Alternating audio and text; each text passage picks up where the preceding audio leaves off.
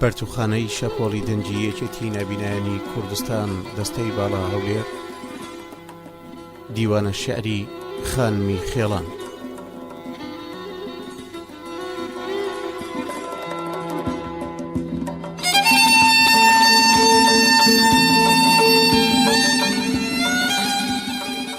ناوی کتێب خانمی خێڵان، دیوانی عابد سیراجەدین نەقشبەندی بەرجی دووەم، ئامادەکردنی ئەسعەد سیراجەدین نەقشبەندی، بڵاوکراوەی ئاراس ژمارە 298، دەرهێنانی هونەری بەدران ئەحمەد حەبیب حاتی دلاوەر سادق، دەرهێنانی بەرگ ئارازەکرەم، هەڵەگری محەممەدی مەلاکەریم، هەڵەگری سەر کۆمپیوتەر عەزیز عەبدولخالق، سەرپەرشتی چاپ ئاوڕەحمانی حاجی مەحموود، چاپی یەکەم چاپخانەی وەزارەتی پەروەردە هەولێر 2004، لە کتێبخانەی بەڕێوەبەرایەتی گشتی ڕۆشنبیری هونەر لە هەولێر ژمارە 281 ساڵی 2004 دراوەتێت.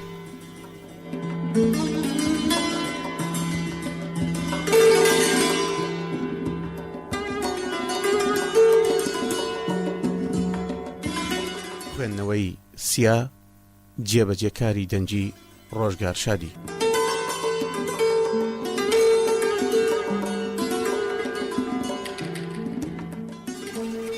بەروار 5/5/2012.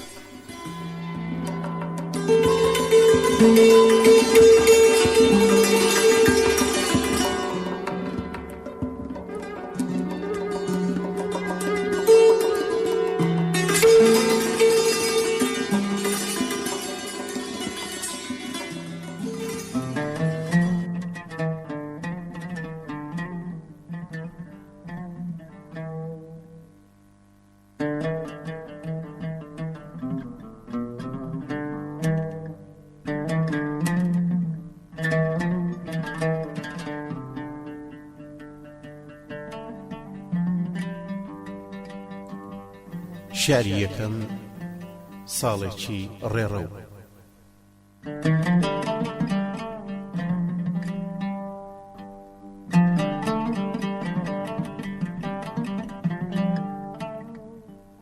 مطریبە سەرخۆش و مەستم، بە نەوای نەی بژنەوم، شادم و مەدهۆش و کەیفم لێیە تاوێ بسترەوم. ساقیە تۆش بێرە گەردش، مەی بجێڕە بێوچان، تا خومار و بێخەبەر ئاسوودە بۆ خۆم داکەوم. ڕەنجی بێداری نەکێشم، مات و خەمۆش بم تەوا، ڕۆژی مەینەتبار و لێڵم ڕەش بێ وەک تاری شەوم.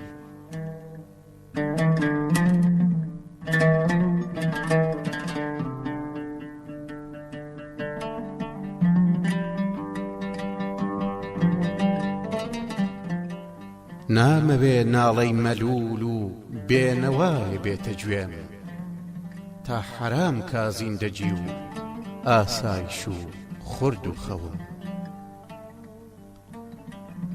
مەینەتی خۆیی فەرامۆشکەم لە داغی دەردی ئەو،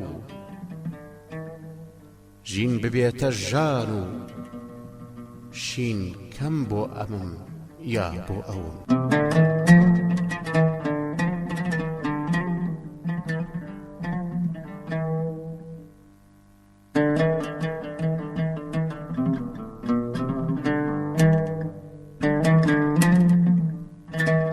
بۆیەکان خۆم خستە ئاسانەی خوم و شووری دەکان، تاکو سابت کەم خەرابم سالکێکی ڕێڕەوم. شۆری مەستی چی نەکرد بێدەربەسم لەم عالەمە، سەربڵندم چۆن لە خوتخانەی خومارە خسرەوم.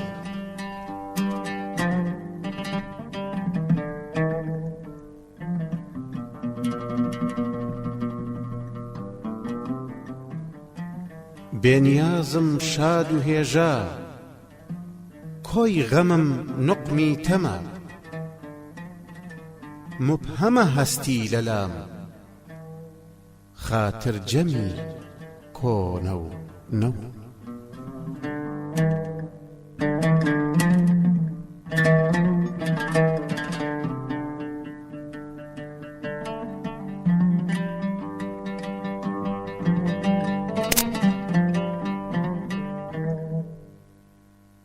شعری دووەم کچی ئێڵاخ و قشلاخ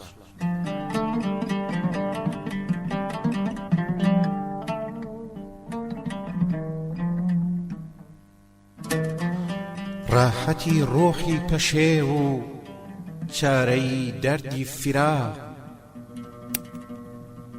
جام و مینای ساقی سیمین ساقی خاوەن تەمتەراق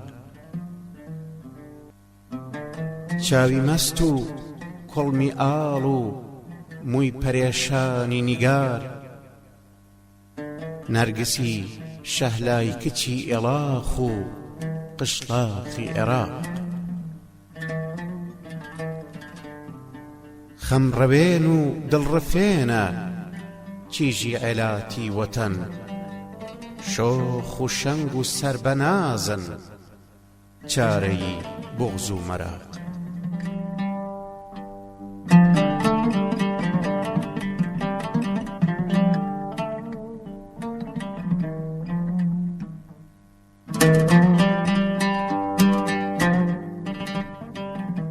ناز و ئەتوار و ئەدایان دڵنشینە چیژی کورد باعیسی ئارامی گیان شادی ڕەوان چاشنی مەزاق فتنەنگێز و دڵاوێزن کە وەختێ ناز بکەن جانە خوازەڵڵا کە ڕەمکەن گورگ و لاباز و وەزاق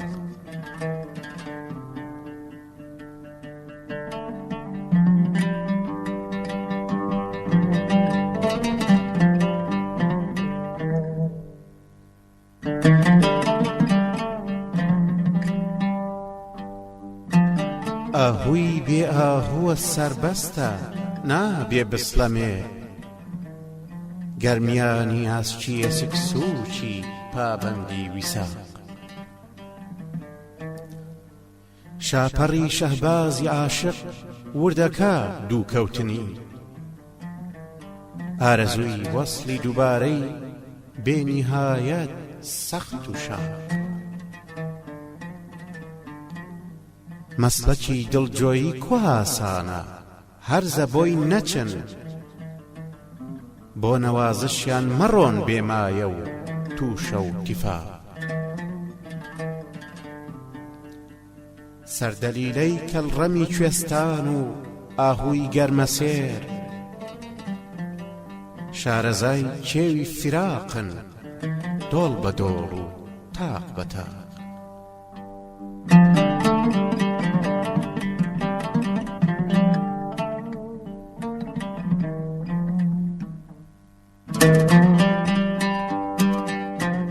نابەڵەد ێژن کە هێژە تاسە خوارێ مفریتە کەی ئەوان حاڵین لە جەبری بێعیلاجی ئیشتیاق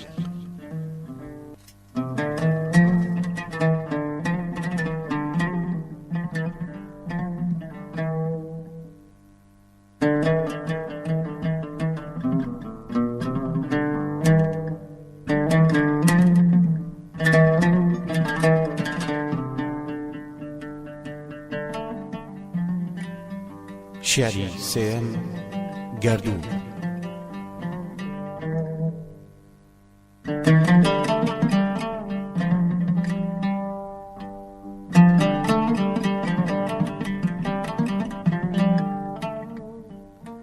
دڵم پڕسۆزام شەو لێم گەڕێم باشین و زاریکەم حەزم لێ لەگەڵ گەردوون سکاڵای دەردی کاریکەم ئەویز و خاو لە دڵمایە هەڵی ڕێژم بە یەک دەفعە دەروون فێنە بکەمەوە ئەمجار لەگەڵ یار هاری کاریکەم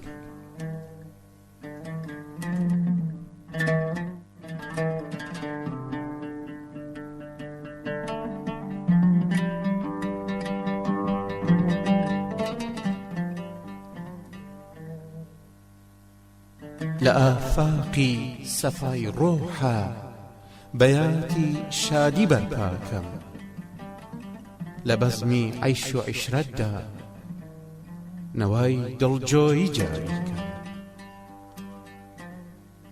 بە شۆری بەزم و ئاهەنگی مەقاماتی خەراباتی ئەسیرانی دڵی خاکی جەفا وێڵ و فیراریکەم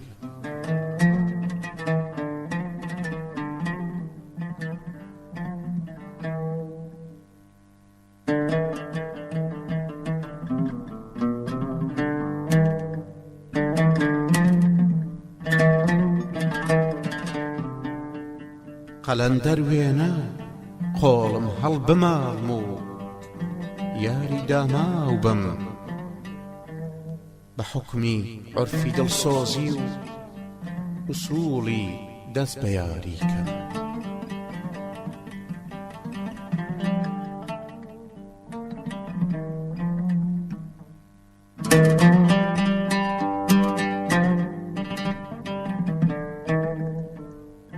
نیازم وایە بانگی هەی برالە و هەی کەس و کارم بە نەغمەی عەشرەدا دەی بانگ لە دێهات و لە شاریکەم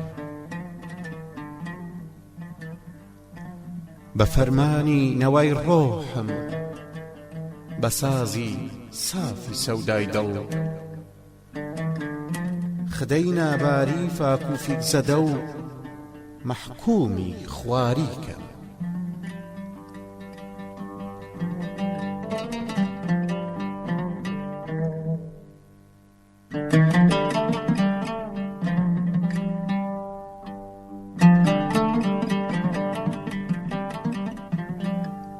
لە ئوردوی علم و عیرفانی تواناسان ببینم جا عیلاج و چارە و تەکبیری دەردی نادیاریکەم هەتا کەی مات و عاجز داکەوم زار و پەرێشان بم دەروونم ژان بکە و بێچارەوار هەر بێقەراریکەم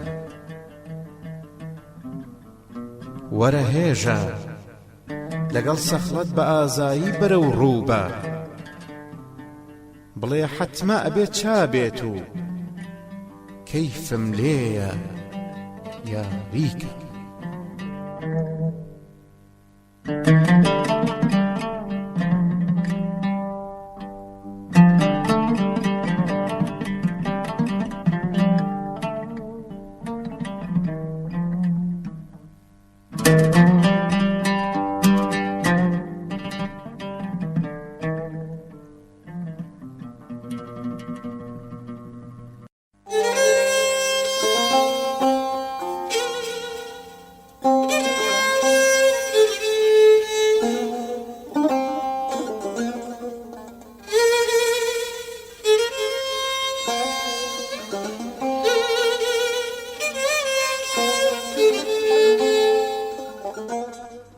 شاری چوارەم دەسەوملی ئاوات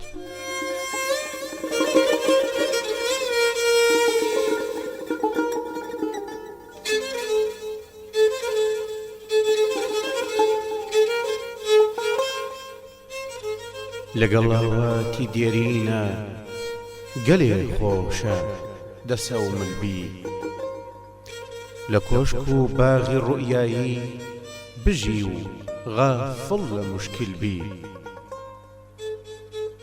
لە سایەی سەروی ئازادی گوڵستانە پشوویە دەی نەدەربەست تورکی تاتار و نەفورس و شێری بابل بی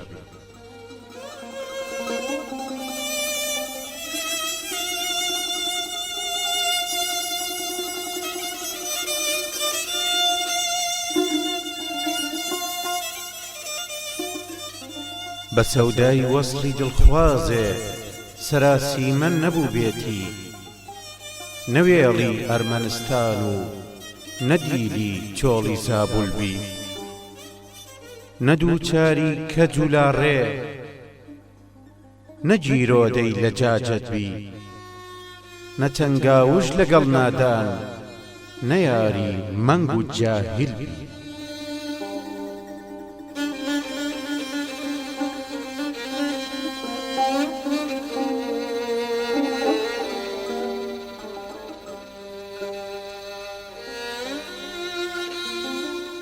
چەنێ خۆشە ڕەفیقی ئەهلی سەودا و سازش و فەنبی، شەریکی شەوقی شەیدابی و ڕەفیقی مەردی فازیل بی.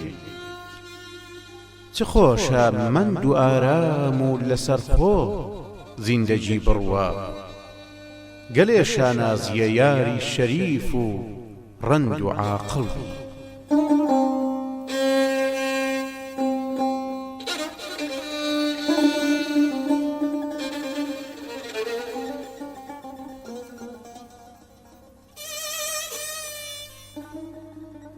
نە هیجرانی دڵارامی عەزابتدا نە مەحبوبێ، خەیاڵ تەخت و مراد حاصڵ نە سەرگەردان و دوودڵ بی. لەناو کۆڕانی ولفەتدا قەبوڵ و ئیحتیبارت بێ، درەختێ شەنگ و شۆخ و شاخە پڕبارە و چرۆ و گوڵ بی.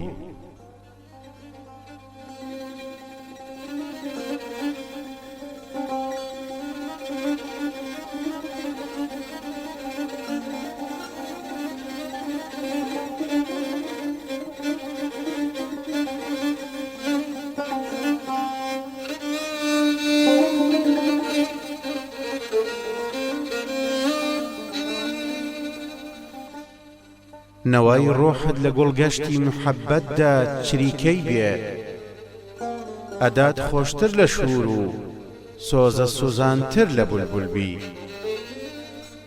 نە پیر و دەردەدار بی، نە حەقت فەوتا و خوریا بێ، نە جیرۆدەی غەمی هۆز و قەبیلەی وێڵ و غافڵ بی.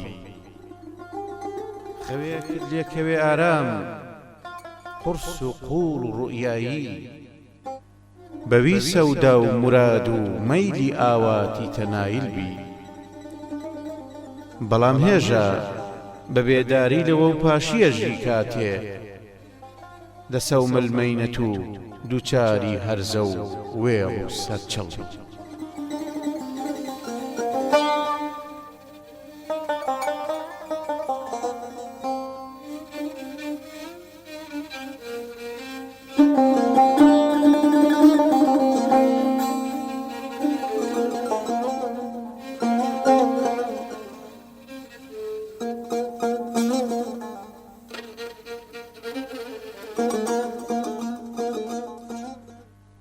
شاری پێنجەم، تاروپۆی ژین.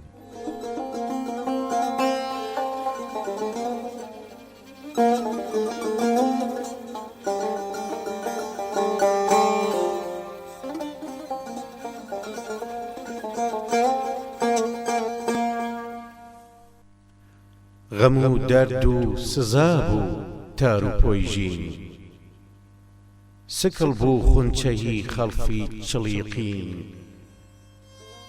بە پشکۆی داغەوە پەیچی غەمم خوارد، من و ئاهی دەروون و زامی خوێنی.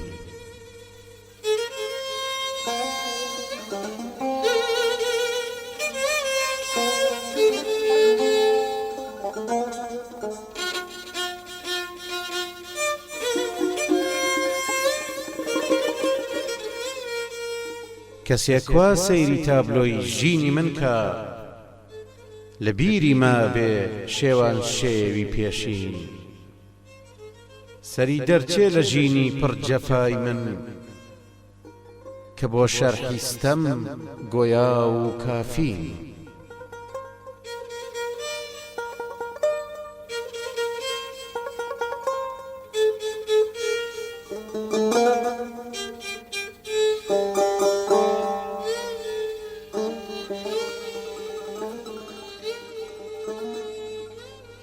خزم ئازادی عنقایە و درۆیە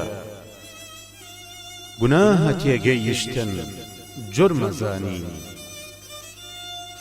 یەکەم دەرسی تەناسایی ئەڵێ پێ سەلاحە کوێر و لاو و مەنگ و کەڕبی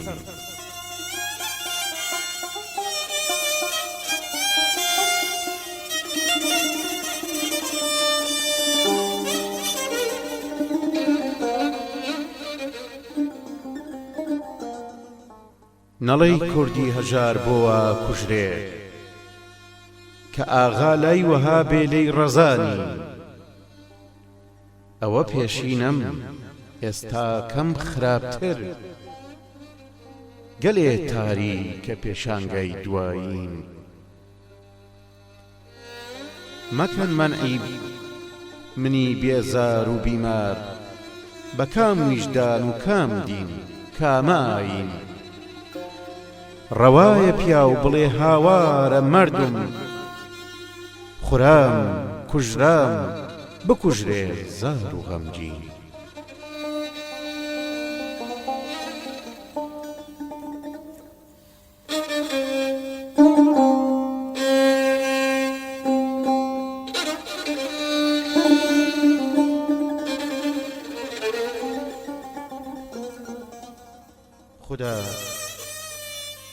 خدا ئەو عەدلە کوا تاکەی سەبرکەین کوژا و بەشبڕا و بێسەدادین وڵاتمان کاول و بێماڵ و مەنزەڵ بڵێ هێژە لەکوێ ئارامێ بگرین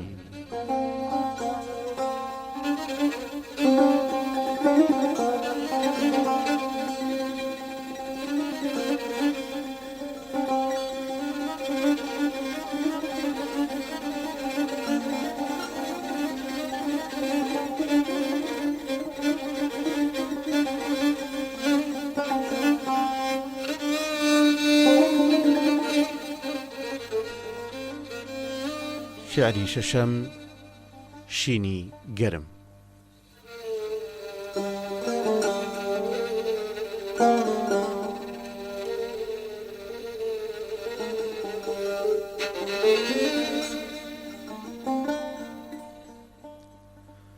پەڕ و باڵم پڕ و زاوە دەخیلای ڕەفیقانم دەمێ گوێ ڕاگرن بۆ شینی گەرم و سۆزی گریانم چرۆی باغی هیوام یەکجاری دامرد و خدا چی بکەم نەمامی مڵکی خۆشبەختیم لە بن کەوت ماڵی وێرانم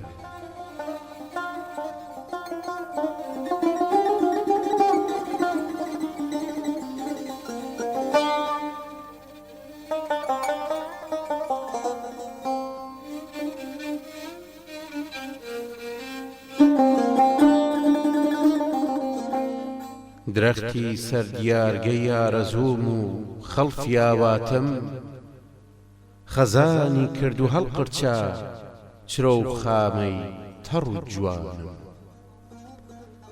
مەگەردێن و جەوانانی هەڵەبجە و لاوی مۆردانەی لە چوارباغان جلیت بازی ئەکەن گەنجی جافانم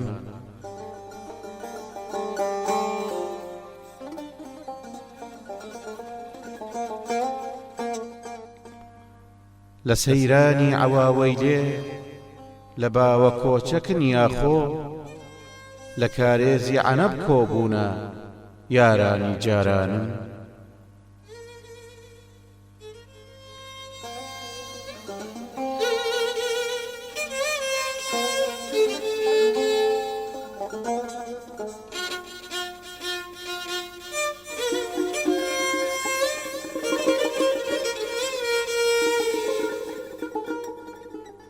لە گۆڵگەشتی گوڵانن یا لە باغی میر و کارێزی لە کانی قوڵکە کۆن یاران ویا لای کۆشکەکەی خانم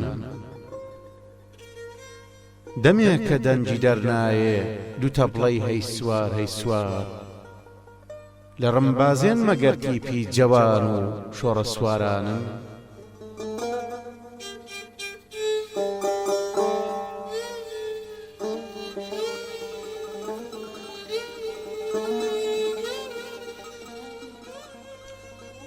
دەتخوا هۆرە چڕ هەی سوارە سوارەم بۆ بڵێ تا من لە ڕۆنیاسی خومی ئەشک هەڵبچێشم چاکی دامانم بە خونابەی دڵ و جەرگم گوڵی کەمبەرجی زاری و شین دەتخوا خەڵکە لێم مەگرن بریندار و پەرێشان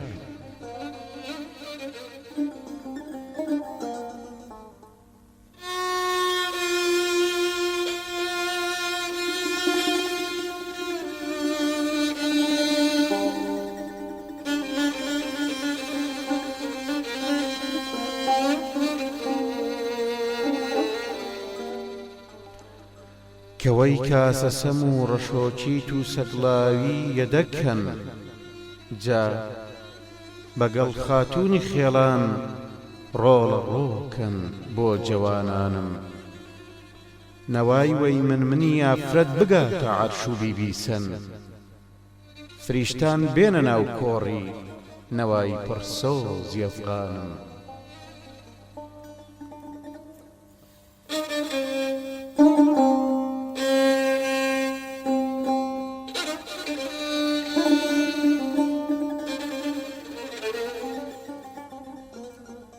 ئەوانیش قوڕ بپێون سینە لێدەن بانگی بۆ هەڵدەن چەمەر لێدەن بلاوێن بێن بلاوێنەوە شەهیدانم دەسا ئاڵایی و کۆتەڵ بەڕێکەن خومگەران بانکەن لە خومدەن لەچک و فەقیانەی کوڕی ئاغا و کچی خانم لەکوێ قەوماوە پێشاتێ جگەر تاوێن بێ بەو ڕاددا بەچی بێم پڕکەمۆ شوێنی جەوان مەردان و لاوانم فەلەک چەرخت شکێ بۆوە هەمیشە چەوت و چەبگەردی عیلاجێ چارەیە کوانێ چ بێ تیمار و دەرمانم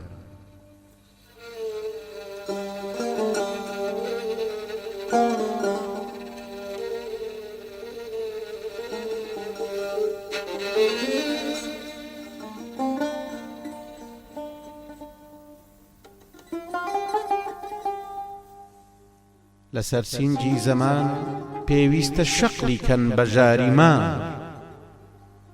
بنووسن ئەم جینایاتە کە بێوێ نەس بە ویجدانم کە بیخوێنێ ئەوەی هێژایە هەڵگیرچێ هەتا تایە بچێتە ڕێزی یارانی خەباتکار و بە ئیمانم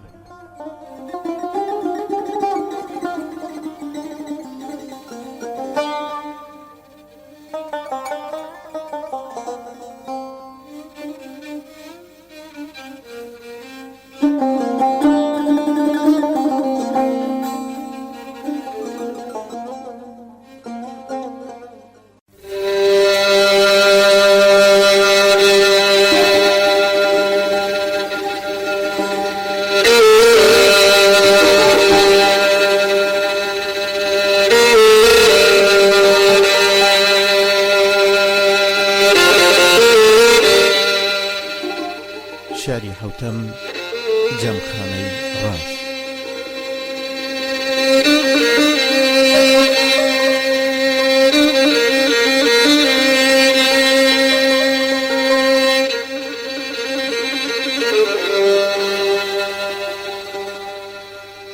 گرمەی دەفە ناڵەی نەیە ئاهەنگ و نەوایە سۆز و کوڵە قرچەی دڵە غەوغایە هەرایە بەزمێکە کە مەستانی هەموو ئەهلی دڵانە کەیفێکە دەوای میحنەتی ئەربابی سەفایە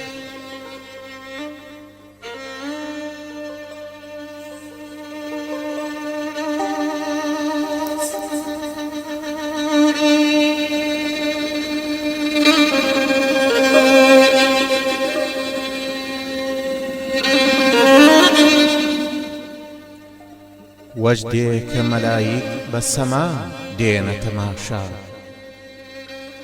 خونیاگەری ئاهەنگ بوونەوە مەردی خودا دەروێش وەرە مەستانە هەیاهوو کە بە یاهوو ئاور بدە و نەفسە کە تەسلیمی هەوا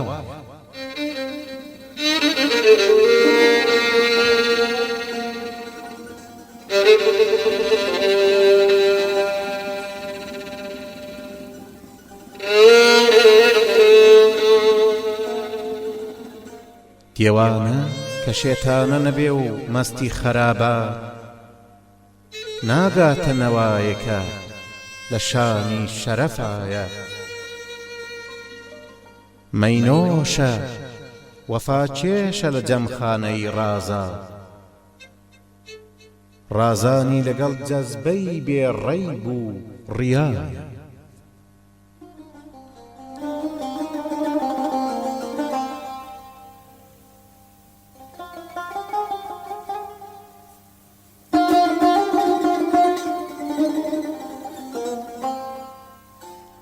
هەر جیلوەیە لەو نەشرەیە ڕەمزێکی زەریفە هەر عیشوەیە و ساقیە بۆ دەردێ دەوایە ساقی وەرە قوربانی مەی و جامی خومت بم جامێکم ئەگەر لەو مەیە بۆ پڕ بێ ڕەوایە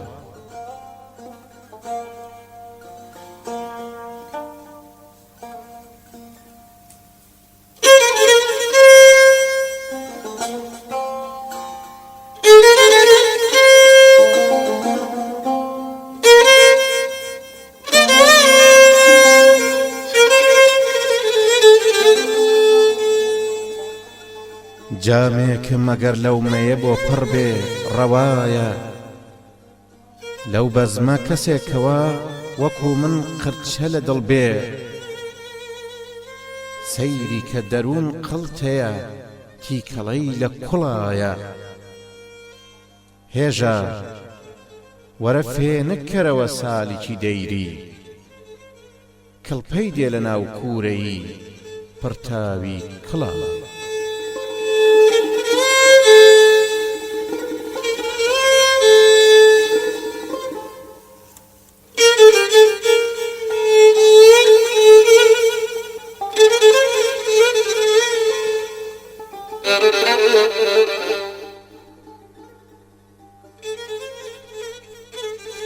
شاری هەشتەم حاجی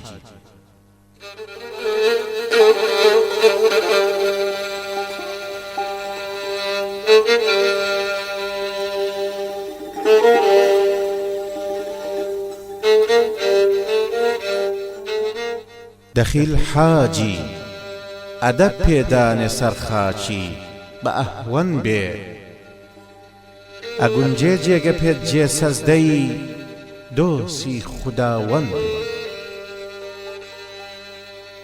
جەواهر سورمەیە بۆ ئەهلی ئیمان گەردی هەردی بیت بەلا تۆ زائیری ماڵی خودا ئەو دەورە گوڵشەن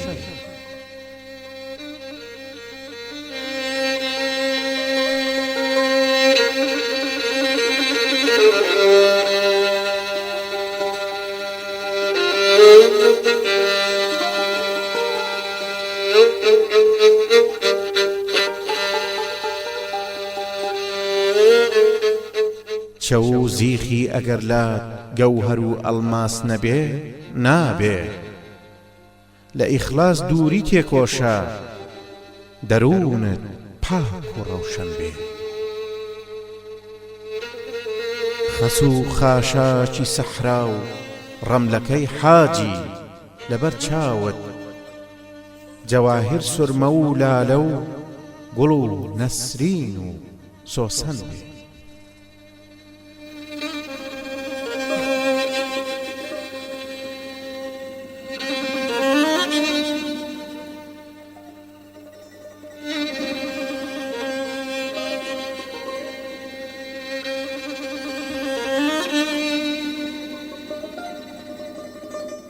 خەجاڵەت باری دەرگای کیبریایە نەفسی ئەممارە هەڵی بەخشینە ئەرتائیف پەرێشان و پەشیمەن بێ کە پاڕای تۆ کەرەم کۆڵا و ناپرسێ لە پێشینەی ئەوی ڕاساڵ و بێپەروا خەجاڵەت بار و پێبەن بێ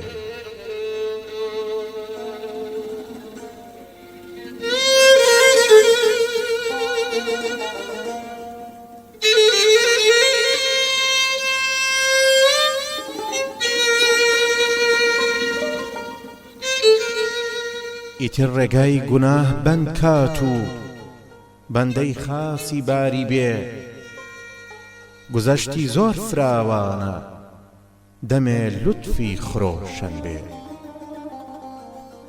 ئەگەر غەیری ئەوەش بێ خوا نەخواسە حاجی واوەیلا ئەوی خۆی ئاوقەدی سەنجی مەحەکا و سەر بە گۆبەن بێ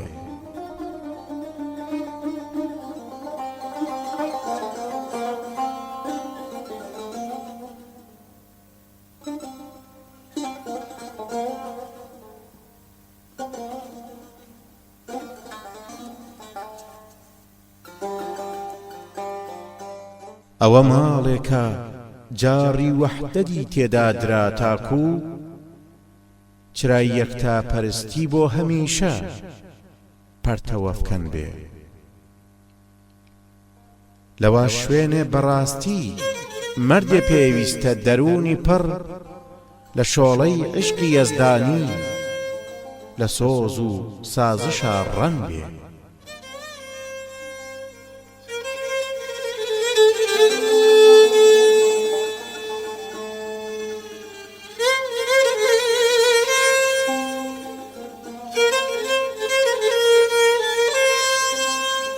وەکو هێژا بپاڕەی تۆ بەدڵ ئامان بخوازێ لێ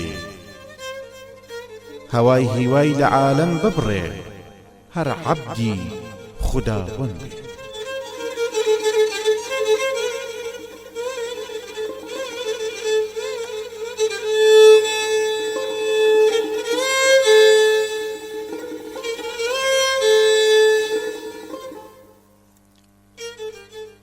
بس عفوا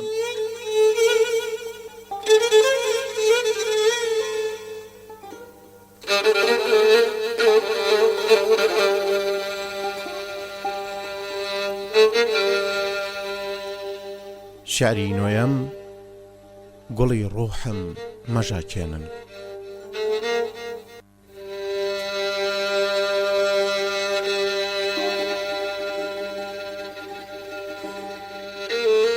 سەبرکەن تا زمانم بەرەبێ ئەو کاتە بمگوێنن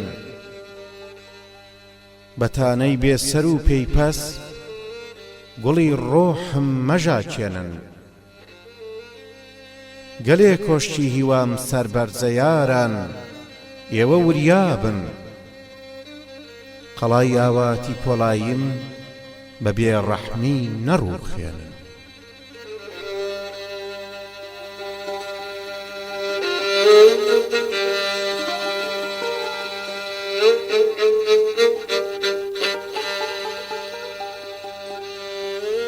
مەڵێ نازادی باغی زیندەجی دیلی قەفەز نابێ مەهێڵن شاپەڕم هەڵکێشن و باڵم بژاکێنن درێغە ناکەس و زاڵم شپرزە و ئاوەڕوتم کەن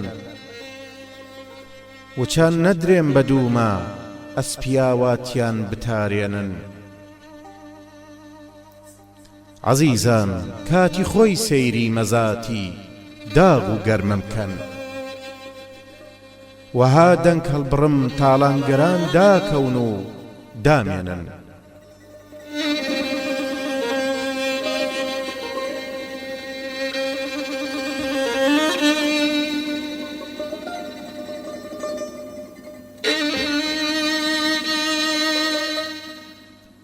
بەلا تۆوانە بێڵاڵم زەراڵە بانگ و فریادم دەبەن نیم نەخشەیان وایە ڕەگ و ڕیشەم لە بن بێنن.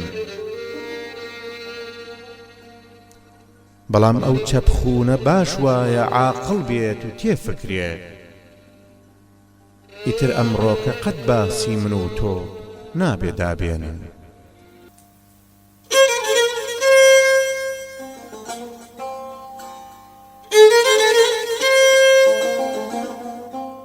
سپی و ڕەش، زەرد و سوور، تورک و عەرەب، هیند و عەجەم، کوانێ لە ئارادا. لەوێ ئینسان لە گۆڕابێ، ئیدی ناوێ دی ناهێنن. مەبەس ئینسانە ئەفریقایی و تورک و فەرەنجی چی؟ بەشەر ناوی لە ناوایە، ڕەگەزخواز ڕیشە دەردێنن. دەمێ کە عونسوری ئەم ڕاستیە پێویستە وەربگرێ. کورەی عەرز موڵکی ئینسانە، دەبێ ئیمانی پێبێنن.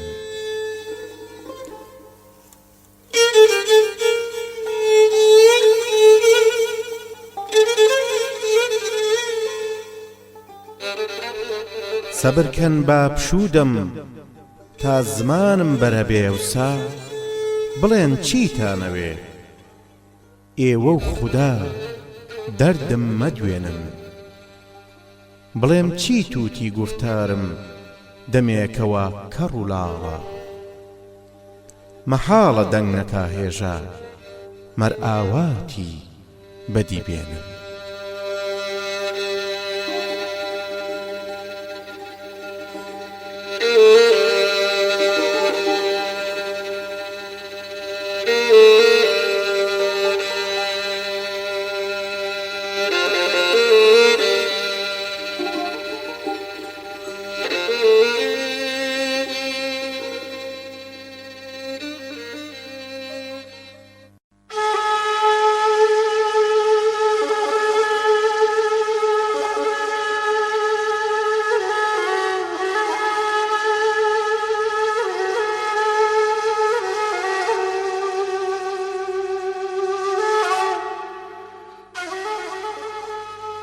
شاری دەیەم، سەرچاوەی مەیل.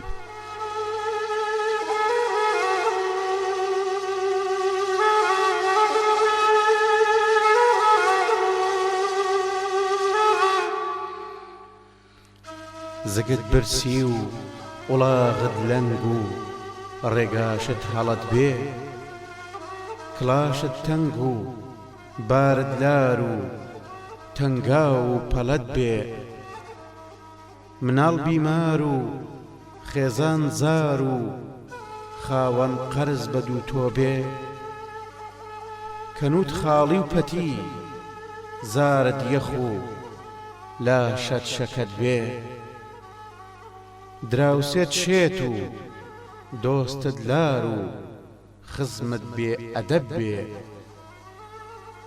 ڕەفیقت زۆر بڵێ و لاژک قسەی سۆڵ و سەقەت بێ. شەکت کرمۆڵ و بەرخت جێژ و جیسکت شەلکەلی دابێ. بزن کۆڵ و مەڕت کرمۆڵ و گاجووتت قەرەت بێ. بەرانت بێبەر و سابرێن بەڕەلا و گوێرەکەت ون بێ. کەرت شەل تێردڕا و بێژەمەن هەوڵی خەلەت بێ. ئەمە کەی کردگارە کردگار، چۆن تەحەممولکەی؟ هەموو ژینت عەزاب و دەردی کاری و ئێشوافەت بێ.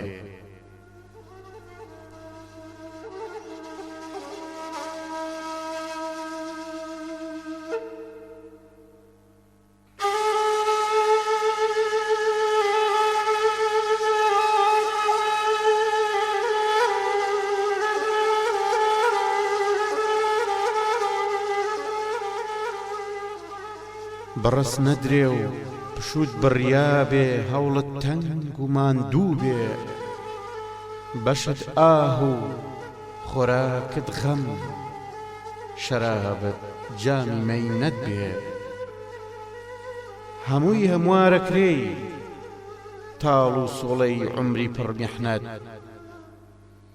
ئەگەر سوسەی هیوای ناخی دەروون مایەی مەحەبەت بێ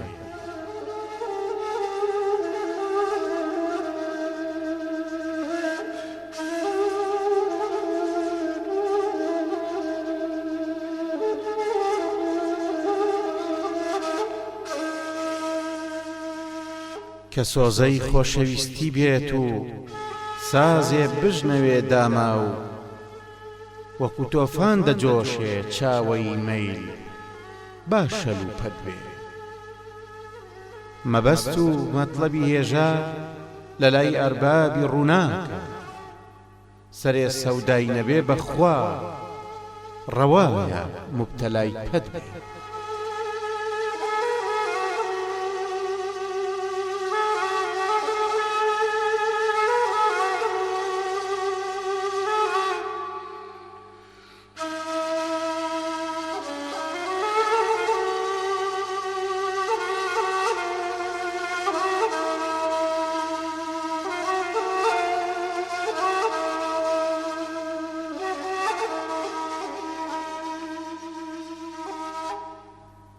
شاری یازدەهەم زێڵ و بەم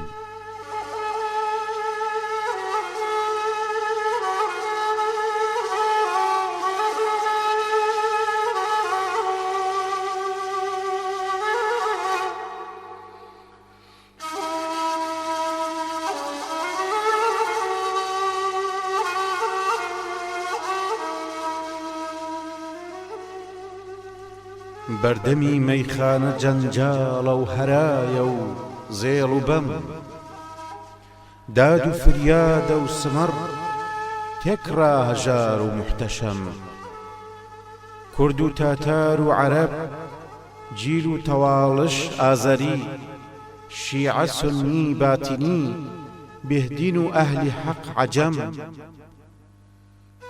هەر کەسێ بۆ خۆی بەبەزمێ هەردەسەی نەزمێڵێ جانە قوربانی مەی و ڕوحە فیدای ساقی حرەم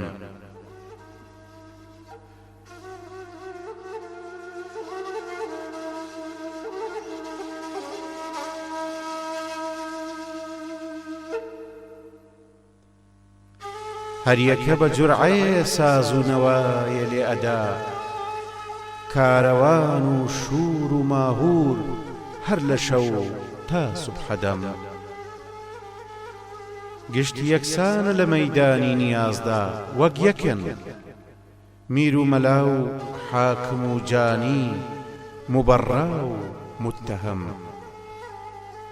سەیرە یاران بانگی یەک ڕەنجی کە دەریا بێڕیا گشتی یەک ئاهەنگە پاڕێتۆ لە ساقی بۆ کەرەم سەرسەری شاران و لاهوتی و خدێوی و مەملەکەت دۆزەخی و ناسووتی و ڕیزوانی و ئەهلی ئیرەم بێمەقام و مەنزیڵەت یەکسان لە خۆمخانەی نیاز کەوتون فەخووری چین سوڵتانی ڕۆم کیسرای عەجەم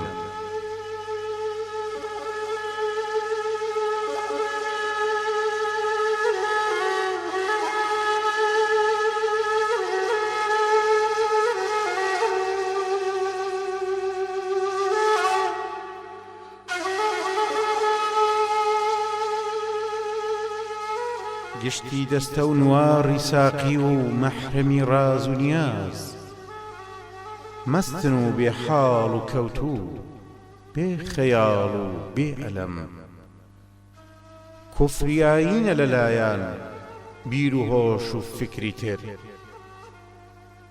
نابێ هەستی پێ بکرێ دەردی دڵ هیجران و غەم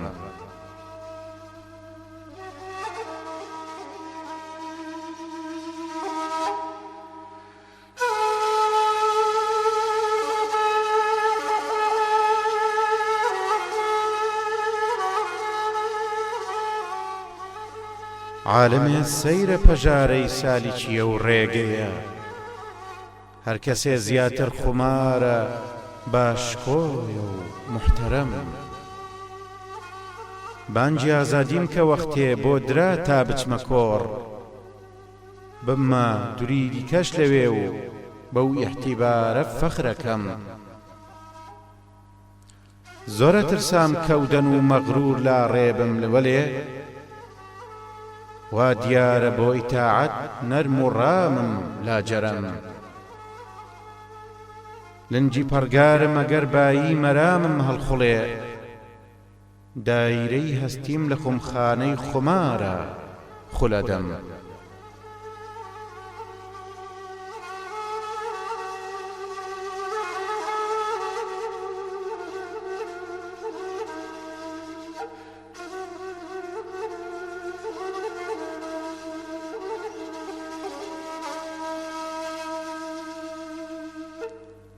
انتهای کوانێ مەداری حیرەتی سەرمەستی چاک بێنیهایەت سەیرەکە عەرش و سەما و کورسی و قەڵەم سەیری مەستان ئەر لە ئافاقی تەسەور تێپەڕێ دوودڵی نایتە ڕێگەی قیل و قال و کەیف و کەم گیانەکەم مەستان خەیاڵیان تەختە دڵیان قایمە ترس و لەرزی تێشکانیان بۆ نییە بیمی نەدەم سەرکەشن ئافاق و ئەنفوس تەی ئەکەن بێ ئیحتیبار بێموبالاتن لە تەنبیه و مجازاتی سەنەم غەیری بەزم و ڕەزمی خۆیان باتڵە لایان جەهان گشتی نابوو دەلەکنە و خێڵە سەرپاچی عەدەم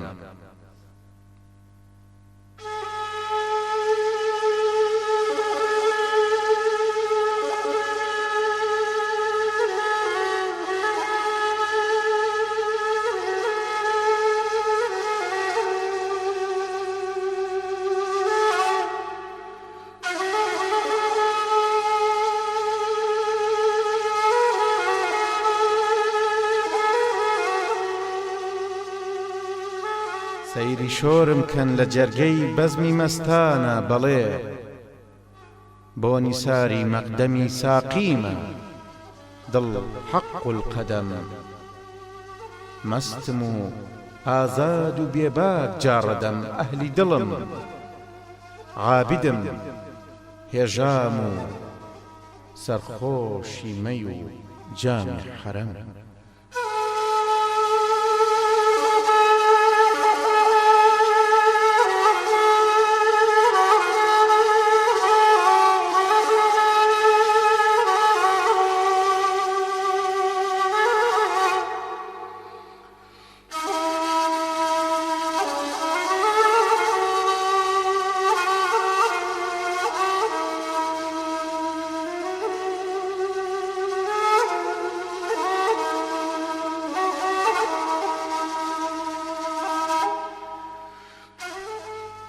شاری دوازدەهەم لە ئاور لالە بڕوێنم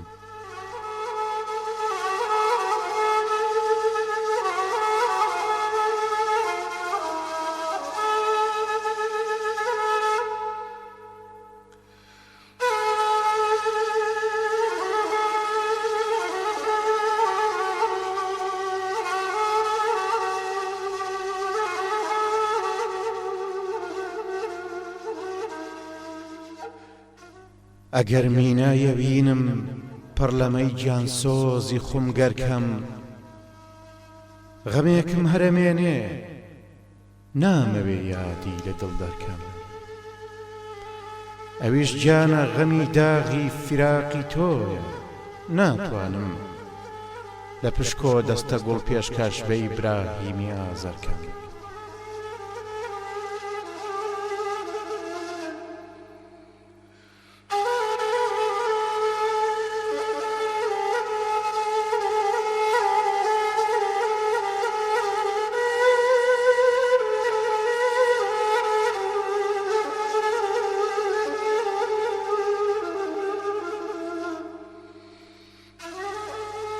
پەیامبەر نیم کە قەلبی ماهیەت کەم معجیزەم کوانێ لە ئاور لالە بڕوێنم لە زوو خاو ئاوی کەوسەرکەم.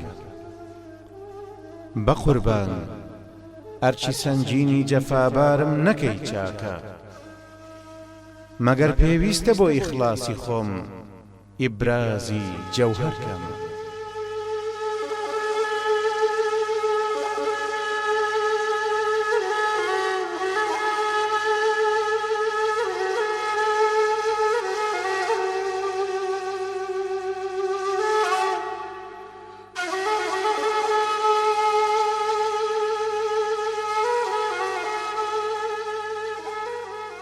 مەگەر هێمان قبوڵ ناکەی بەڕاست مەفتون و شەیداتم، دڵی خۆتە گەواهی من ئیترسا چیت لەسەر دەرکەم.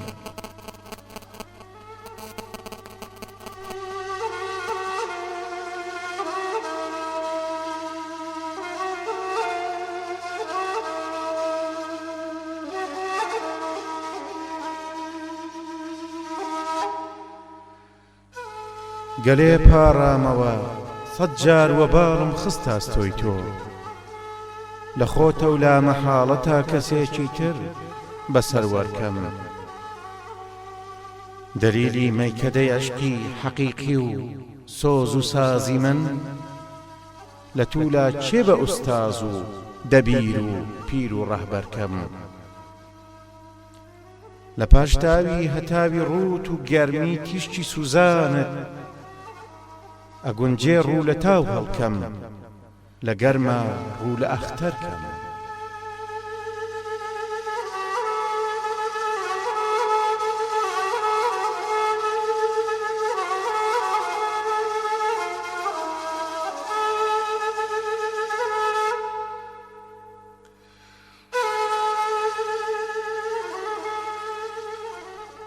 کەوابوو ئەی ژیانی عالەمی ڕوئیا و خەبەرداری، ئەبێ سینەم وەکو مەجمەر لە پشکۆ پڕ بێ خۆم کەڕکەم.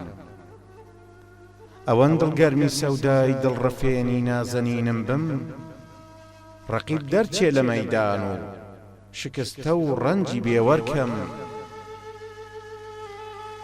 سکڵدانی دەروونم بەفری سەربەرزان بتاوێنێ، تەمی کوێستانی سەودا ئاو قەدی بۆرانی سەرسەرکەم. ئیتر پێویستە وازر بم، لە بەدخاو فیتنە ئاگا بم، حەقیقەت پیشە بم، پارێز لە قیل و قال و مەسهەرکەم.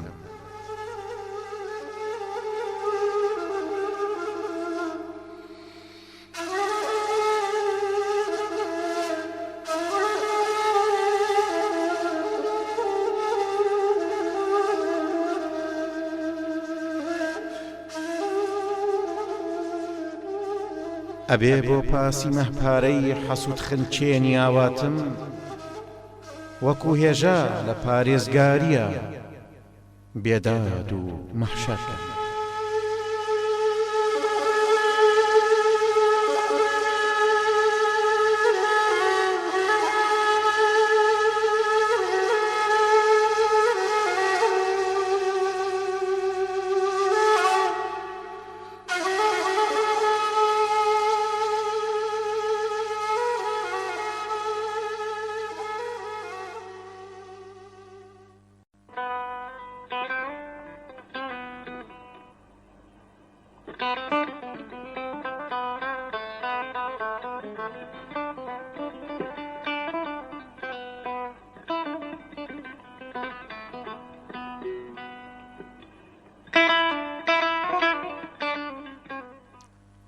شعری سێزدەهەم خۆمخانە.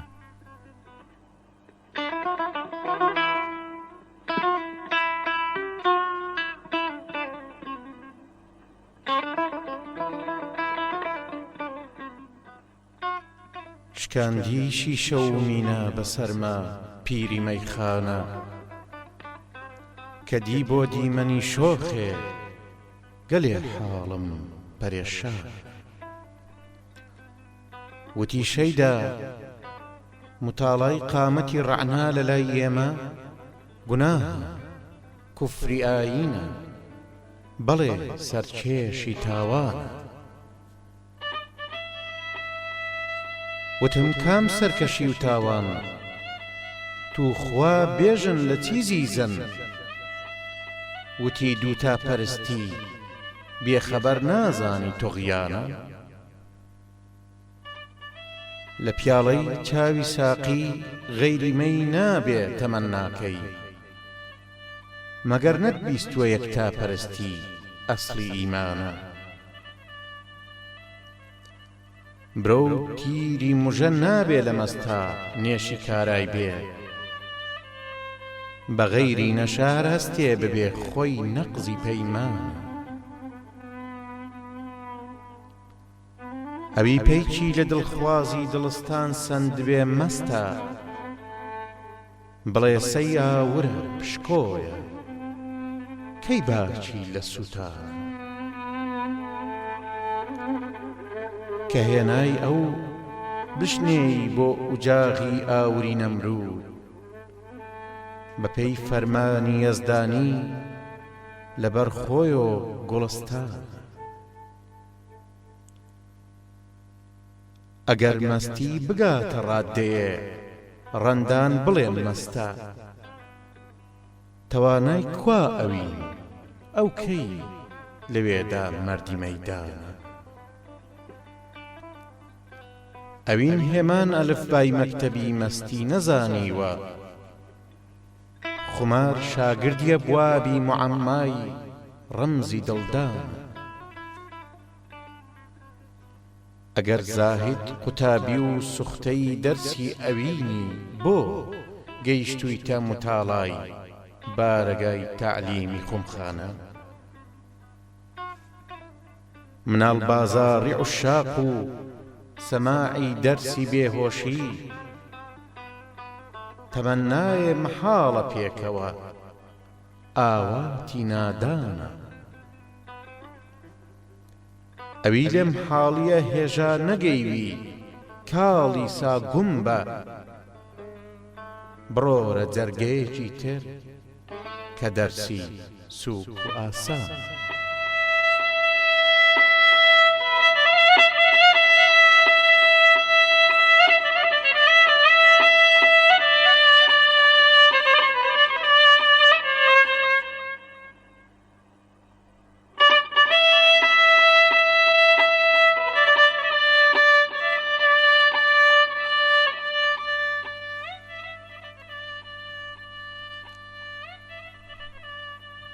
شاری چواردەهەم پاریس.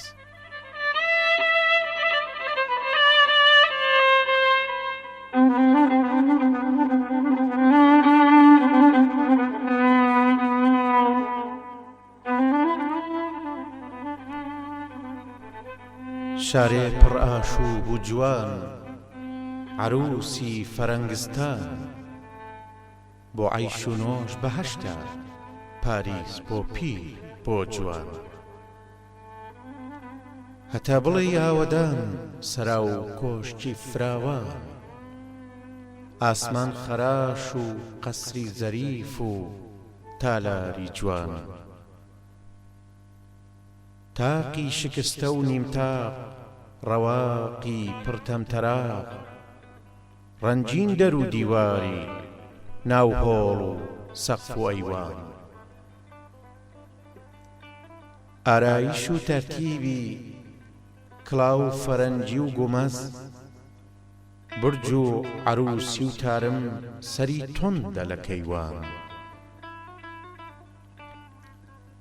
باغ و گوڵ و گوڵزاری کەنار چەمی جۆباری، سەیرانگەهی دڵ و دۆست جێ ژوانی دڵبراوان.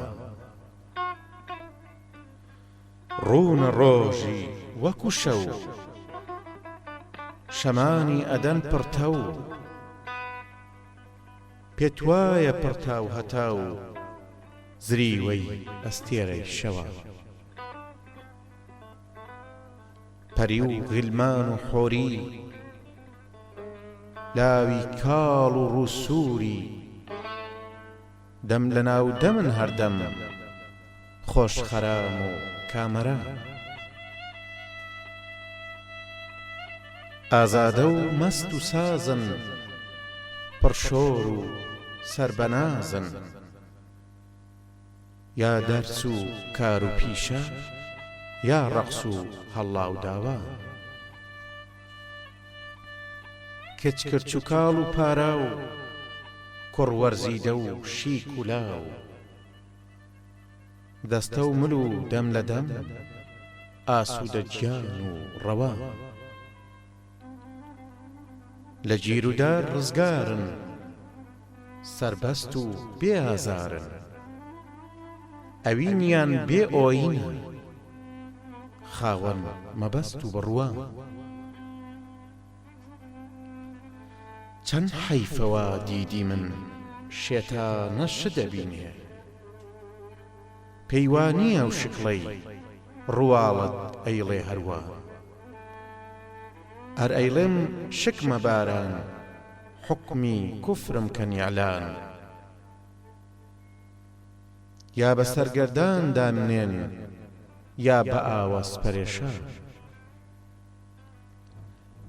ئەوەی دێتە پێش چاوم، دەریای خوێنە پەرزاوم، ڕەش و سپی ئەی ڕێژن لە ئەندام بێتاوە. تاوانکار کوانێ ماوە، پێشەیشی پوتورکاوە، مردوو چقڵی کێڵاوە، زیندوی پێ بۆتە قوربان. قەیدی نییە بە هەر حاڵ، حسێبی کەن کوڕ و کاڵ، حەق شەرمێ لە کەس ناکە، عەلەیهی یا لە هیوا. بە کورتی ئێستا ئیڵێم ئەوەی نەمدەویست بیڵێم، چونکە سەبرم تەواو بوو، ئاوەزم هێندەی کاوە. ئیڤڵ بورجی شوورەتی، تەماشایەکەم گشتی، لولاقی دەست و پێیە بۆتە داربەستی سەیوە. بڕبڕە پشت و ساقۆڵ، بازوو مەچەک شان و قۆڵ، بە پێچ و موورەی فەرەنگ، دوو لە یەک جەردرا. لولا ستوونی تەنەی ئەو بورج و بار و تەنە، ئێسچی قۆڵی ئەفریقی چەپەربەندیەتی و کەوە. سمت و لولاق و زەنگۆڵ، بازوو مەچەک شان و قۆڵ، پەیکەری هەر بینایە پڕشکۆیە و بەعینوان. هەر بورج و سەرا و بار و پەرداخ بێ دەروون و ڕوو، دار و پەردووی لولاقە کاسە سەر و ئیستیخوا. ڕاستی لە تۆی هەر چینێ، ئاجۆر و خشت و چینی، پێشەی کاکە سیامەدی، دیمەنی دەردی دێوان. کام دایمەنێ عەزیزە، مرد ئازایە کاکە سیا، بڕواتان بێ سەبورن، نابەزێن خاوەن هیوان. ئەو کاتەی کەفیان چەران، پەردەی سەبریان دڕان، جا تێئەگەن نەبەردن ئازان، ناقۆڵان وریا. هاوارەمان لەو ڕۆژە، ڕقیان هەستێ و هۆزە، بۆ هیچ کەس دانامرچێن، بەرئەبنە خانە خێوان. کارێ بەسەریان دێنن، داغی دڵ واڕژێنن، کە بۆیان ڕوون ببێتۆ ستەم قوڕی پێپێوە. تاڵاوی ستەم وایە، فەرەنجیە و بەلوایە، قیراوی بە دیوارەی کرێساشتە سواوە. ئەو تیراوەی هەڵی ڕێشت، دیواری کۆنەی کەنشت، ستەم ئەو ڕەنگەی ڕێژا، کە خومگەر خومی شێوان. ئەو ناڕاست و پاک ژیان، کارێکە یەکجار ئاسان. ئەردەغەڵکار بهێڵێ، پاکە و زەریفە و ڕەوا. کاتێستەم دێتە گۆڕ بۆ یاران ئەهاوێن تۆڕ باب بۆ سەر سنگی ڕۆڵەی تیر ئەنێنە ناو کەوان هێژە ئەربارە نابە دایم وا لە عەزابە سەرسەری تێپەڕ ناکە تێبینی ماڵی شێوە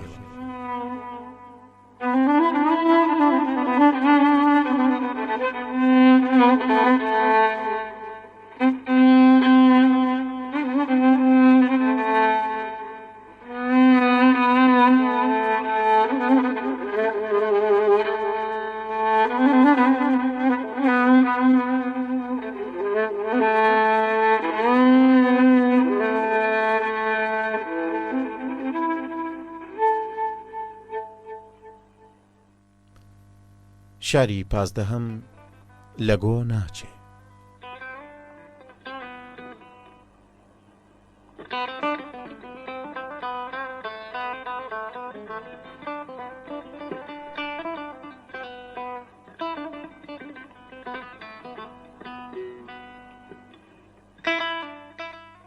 شکستە باڵی سەودا و ئارەزوو خۆم لە پێکەوتووی تەقاڵا و هات و چۆ خۆم پەشێ و غەمزەدەی ئاواتی دێرین شپرزەی دەردی بێدەرمانی زوو خۆم لە جێژاوی مەرامە هەڵدەسووڕێم بە گیر و داری سەودا ڕووبەڕوو خۆم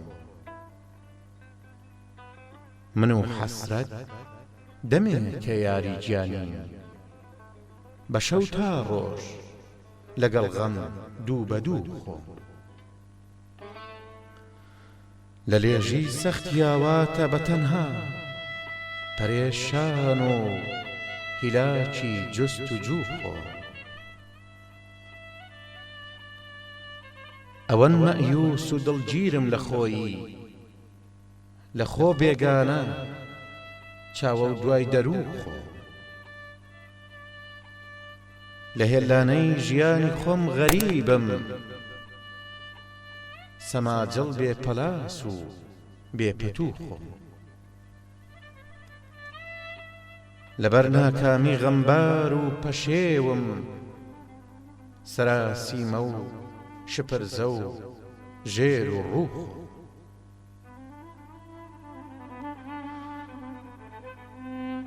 بە سەودای ئارەزووی زوو بێ ئیرادە ئەڕۆم و دڵ بە هەویای ئابڕوو خۆ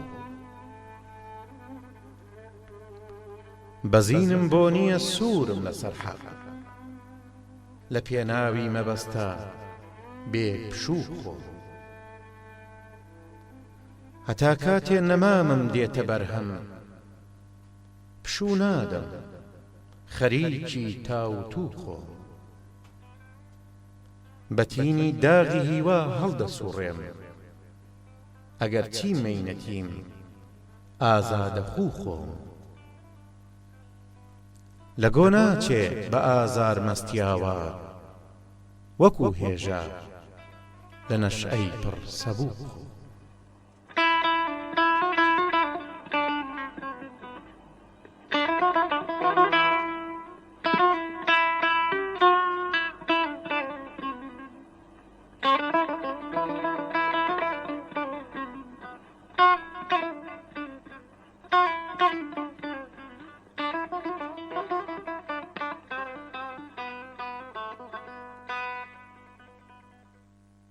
دربم لە بەدخاو فیتنە ئاگابم حەقیقەت پیشە بم پارێز لە قیل و قال و مەسهەرکەم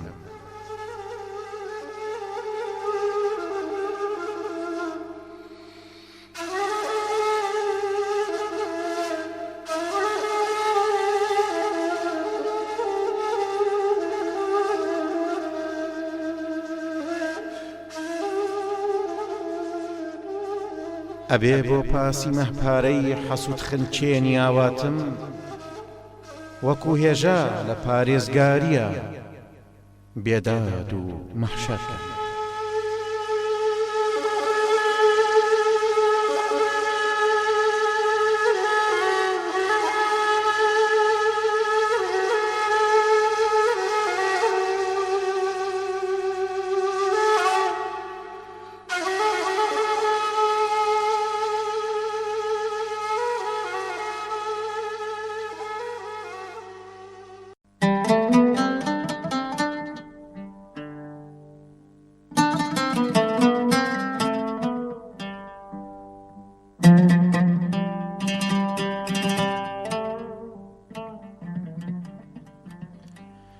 شاری 16ەم کەندەڵان.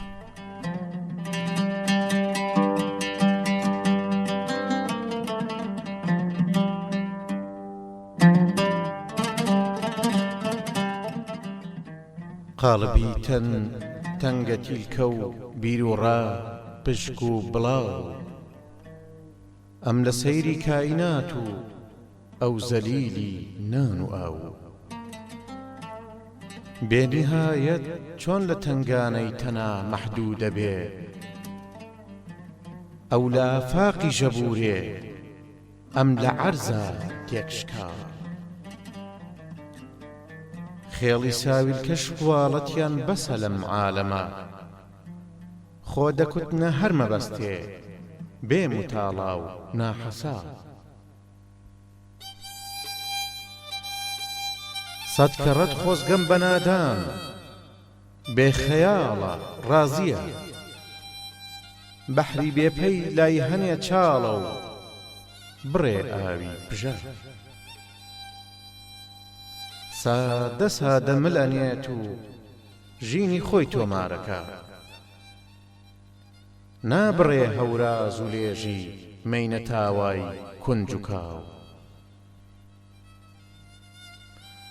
قڕبە سەر خۆم ڕیت و بیتی عالەمم لا مبهەمە، هەر شتێ سەدها چلۆن و بۆ لەگەڵ یا دێتە ناو. پەڕەکەم لا کۆیە کاتی وردبینی گیرە خۆم، چۆن بەدی هات و لە چی بوو کەی دەبێ بوونی تەواو. مختصر تەرکیبی جێتی و دوو کەڕەت دوو ناچەڵێ، دەنگ و باسی فەلسەفەش هەر گفتوگۆیە و قاوەقە. دەستەیە سەرسامی هەستی و جستوجۆی بێئینتیها، عالەمێ جەنجاڵ و سەرگەرمی دراو و خورد و خاو. وردەبین وردە لە ژێرباری خەیاڵە پەچێتی، کاسەی سەبری پڕ و کەیلە لە نارا و زوخاو. نوری زانایی لە زیندانی تەنە دیلی هەواس، پێ بە کۆتی ئارەزوو مەحکومی جەبر و تەنگەتا. دەرچی دەرخۆنەی لەسەر ڕۆچوون نخوون بێ اختیار، گۆشەگیری کونجی معنامە لە تاوی گورز و قاو. حەیفە بەخوا گەوهەری ئینسانی سەرفی تەن ببێ، ئاخرە بۆ کەندەڵانی ژین ئەبێ بڕوا بەتا. غەیری خۆی چێ بێ معەممای عالەمی بۆ حەل ببێ، تێگەیشتن لەو هەموو ڕازە خەیاڵی خاوە خاو. بەسیە هێژە باسی خەڵقی عالەم و کەونت لە چی، ئەوەڵت دەزرازەیەکە و ئاخریشت تۆ پێجاو.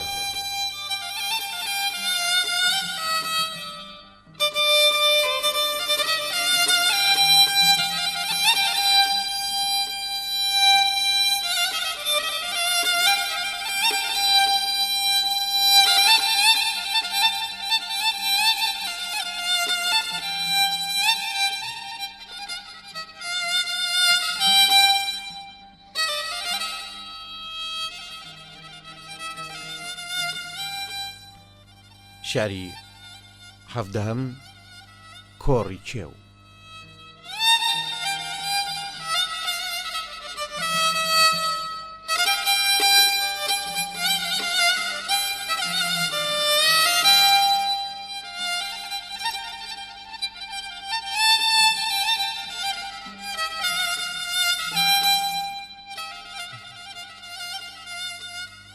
گلەی زۆر بوو یەلی سەربەز لە دەست ئەم چەرخ و دەورانە، وتم جا چاری چەپخوون کوا سزا میراتی مەردانە.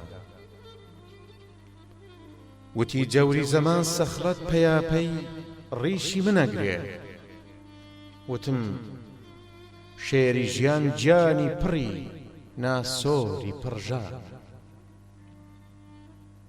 وتی هەرچی زەمانە و شان و باهۆی دێوی بەدبەختی لە من کەوتە کەرەم کەی جەنجی ئەو مەیدانە ئاسا کەر و خەرپۆڵ و ئەحمەق بوونە هاوپەیمان و هاوسەنگەر دژی من دێنە مەیدان و ئەڵێن کێ مەرنی مەیدانە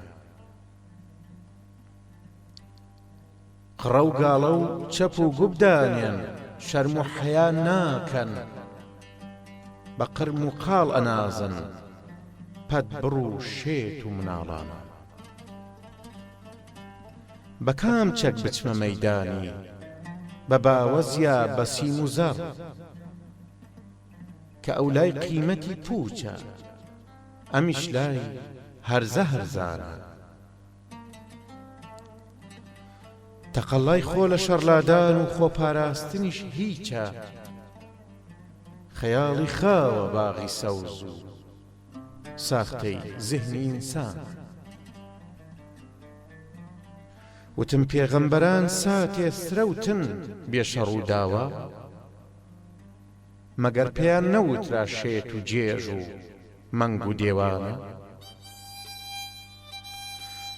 بەڵام هەرگیز نەبەزیان لەو مەبەستەی وا کە بۆی هاتن بەشەڕ هاتن لەسەر سەودا کەمان ئەنداز و جانانە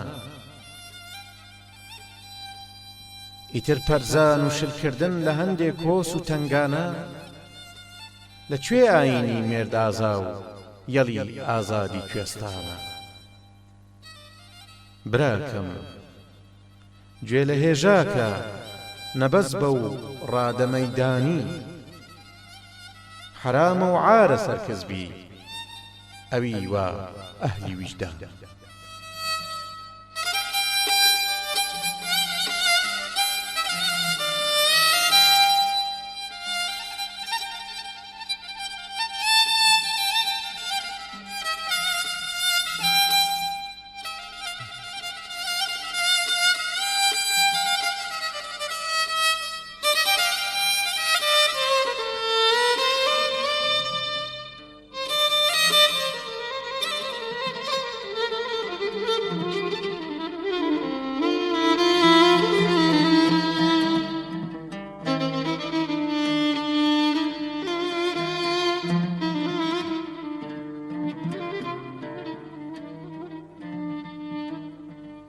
شاری هەژدەهەم خۆشخوێنی تەرەب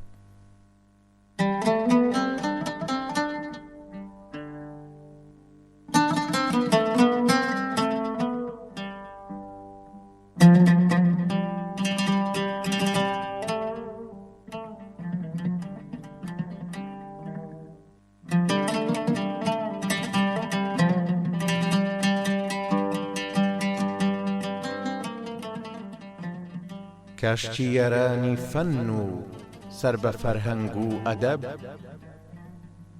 مەردی مەیدانی بەیان و نوکتەزان و قەندلەب ئاشنای گوفتاری نەغزی کۆن و تازەی دڵنشین سەردەسەی غەواسی تورک و فورس و تاتار و عەرەب ناقیدانی شاری ئازاد و عەروزی و سەبکی کۆن خاوەنی ناو و نیشان و مەسنەد و جاه و لەقەب وردەبینانی لەسەر خۆی گۆشەگیر و خەڵوەتی عالمی عارف مەقام و شەیخی با ئەسڵ و نەسەب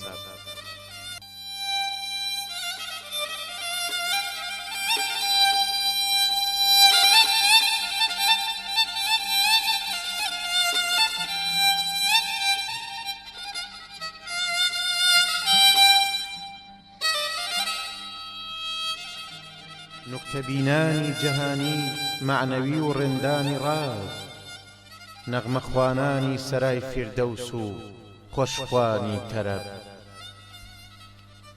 جرعەنۆشانی حەقیقی کەوسەری عیشقی نیاز، جەمعی مشتاقانی مەحروم و ئەسیری تەشنەلەب، خاوەنی جاه و مەقاماتی ئەوینی پایەدار، هەمدەمی جەمعی جەسووری خۆشدەماغ و حەقتەڵەب. وەک منی دێوانەی دەیری لە ئاسانەی نیاز، دادەمان غەرقی تەمەنا و حیرەت و بوهت و عەجەب.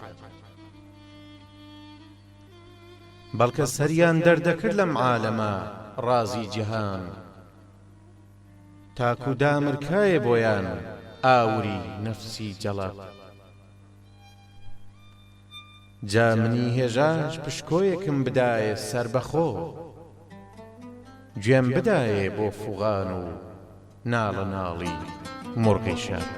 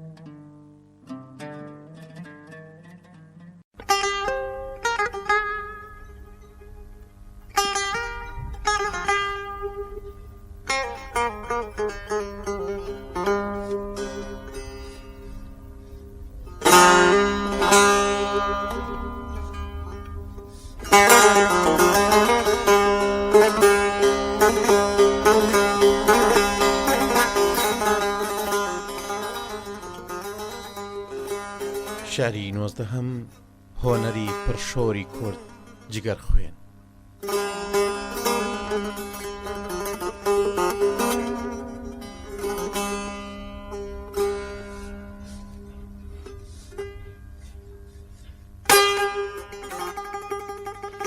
جگەر خوێنم نەدی وا خوێن جگەر بێ، ئەوەن دڵسۆزی هۆزی دەربەدەر بێ. لە پێناوی حەقی خوریاوی گەلیا، بەرەنگاری بەڵاو جەنگ و خەتەر بێ.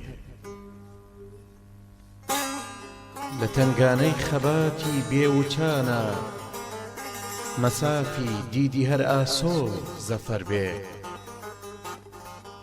لە گوێی داگیرکەری بێشەرمی تووشە، نەوای وەک نەفخی سوور بێچارە سەر بێ. وشەی وەک خەنجەری ژەهرین و نەشتەر، بڕاو کاری و برینی پڕخەتەر بێ. لە هەڵگیرسانی هەستی لاوی گەلیا، بڵێ سەی ئاورینی پڕە سەر بێ. وتاری ڕاپەڕین و ڕاتەکێنی، دڵی دوژمن تەزێن و دەردی سەر بێ. ئەوی جەلاد و خوێنخوار و شەرورە، بەواتای پەست و پەککەوتوو پەکەر بێ. بەڕاستی شێعری ئەو چاشنی خەباتە، بەسە بۆ مەردێوە سەودای سەر بێ.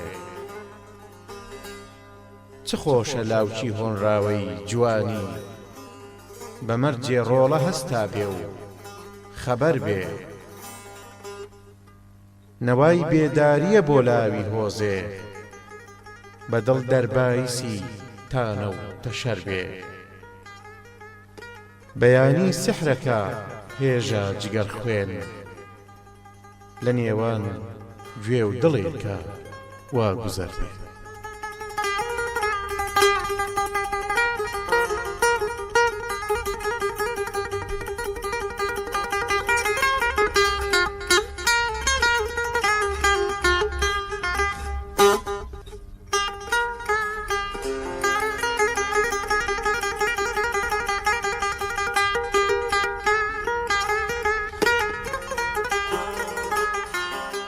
شاری بیستەم چیژی گریان.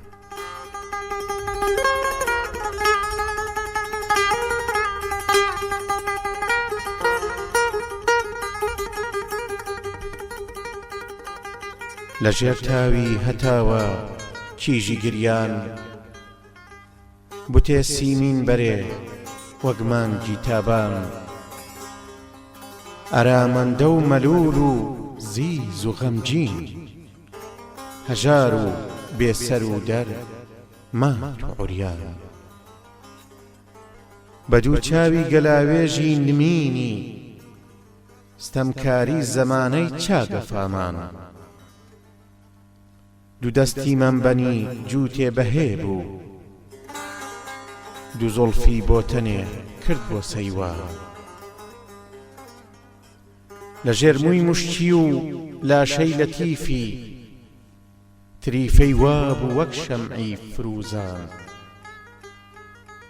دوو چاوی ڕادەوەستاندی تنی چوون، لە دیمەنیا دەبینرا جەمعی زیددان. لە نێوانی خەمی تاقی هیلالە خەدەنگ ئاسا بۆ تیپی ڕێزی موژگان. لەژێر تیپی خەدەنگە مشتە خوێنێ چمان ڕێژراوەتە سەر بەفری کوێستان. کە دیم بەو حاڵەوە و شۆخ و شەنگە، هەموو عەرزی خودام لێبوو بە زیندان. خدا لەم دەشتە چۆڵا و فریشتە چ بوو بۆ وامنی یەکجاری سووتە؟ بە هەر حاڵێ نەبوو ڕۆیمە پێشۆ، نزیکی بوومەوە مات و هەراسە. سرم لێدا نەواند و کەوتمە خاچی، دڵارامی پەشێوی ئافەتی گیان. وتم ئەی سەر و باڵای شۆخی شیرین، بڵێ دەردت چییە دەستم بەدامە؟ لەبەرچی عاجز و مات و زویری، ئەرێ ئەی دڵبەری زاری پەرێشان. کە چاوی مەستی داخستووی هەڵێنا نمین وەک نەرگسی شەهلای گوڵستان. وەها تەسخیر و جەزبی لاڵی کردم، نەفامم ما نەهۆشم ما نەسامە. سەراسیمە زمانم بەست و وەستا، لەپڕ لێوم هاتە گۆ سەوڵی خەرامان. وتی چێی چی دەوێ بۆ واپرسی، لە چی واواڵە ماوی جێش و حەیران. وتم ماتم لە تەرزی بەژن و باڵا، کە نەیدیوە دووچاوی نەوعینسان. بە بازی چاوەکانت دڵ ڕفێنرا، کە ناگا بۆ شکاری هاتە گلیان. بە زنجیری دوو زۆڵفت پێدەچوونما، کەمەندت خست و وەستانت لە جەولە. ڕجایە لێ دەکەم نازداری دڵبەر، لە چی زیزی گوڵی گوڵزاری کوێستان. ئەوە کام دەستی قودرەت سازی کردی، ئەوە کام سەنگ دڵ بوو دڵتی ڕەنجان. دڵی بدڕن چڵۆن توانی ستەمکە، پەڕەی نازک دڵی گوڵزاری ژاکان. سەر و ماڵ و قۆچی قوربان لەسەر ڕێتە، وەرە سا پێم بڵێ چیتە بە قوربان. بە چاوت سوێن دەدەم ڕاستی بفەرموو، تو میحرابی دوو ئەبرۆت ڕازی پەنهان. بە چاوێ پڕ لە حەسرەت بۆم ڕوانی، سەراپامی تەمەشا کرد و سەنجان. بە سۆزی سینەوە ئاهێکی کێشا، حەواسی لێ بڕیم و فامی پەرزان. کە زاری کردەوە دەنگی لەتیفی، ئەوەن گیرا بوو تەنمی گشتە لەرزە وتی چیتە لە من دەردی گرانم ئەوەندە کەس کۆنە نایەتە هەڵدان وەها کارینە پۆڕ و نالەبارە با ئەفلاتون و لوقمان نابێ دەرمان بەڵام عەیبی نییە هێندە بزانی جوانی ڕۆژڕەشی کردووم و وەیلا ئەوەندەی تر پەرێشان بووم و ماتەم ئەمەن پاڕامەوە تا هاتووە زمان وتی وا من بەسەر هاتم ئەڵێم بۆت بەڵام وا کارەکا لێت چەشنی پەیکار وەکو تیراوێ سۆی ناچێ لە بیرت دڵت تا ڕۆژی ماوی بۆ مەکارژە دەمێ چیژێکی نازار بووم و ئازیز لە لای دۆستان و پیر و گەنج و هاوسان کە منداڵ بووم بە نازی باب و داکۆ بەخێو بووم تا دەمی چوونی دەبستان خەریک بووم بێمە ناو کۆڕی ژیانۆ بە حوکمی خوێندەواری ببمە ئینسان کە چوومە ناو قوتابخانە بخوێنم ببم ئامادە تاکو ئەبمە خێزان هەتا ساوە و بچوو بووم وەکو مناڵان سەرێ گاڵتە و گەپ و تاوێ لە سەیران شتێکی پێ نەچوو تا بوومە عازەب بە یاری تازە ئەو بازی مەدۆڕا بەگاڵتە بوومە هاوبازی بڕێ کۆڕ بە دەستبازی لەگەڵیان باز و تۆپان کەسێ نەیود مەکە هەر خۆم حیساب بووم هەمیشە تەکجەهێڵان دەست لەسەر شان لەوا عومرێکەدا دەورانی مەستی بەڕەل لە ئەبووم و ئەستۆی خۆم لەسەر شان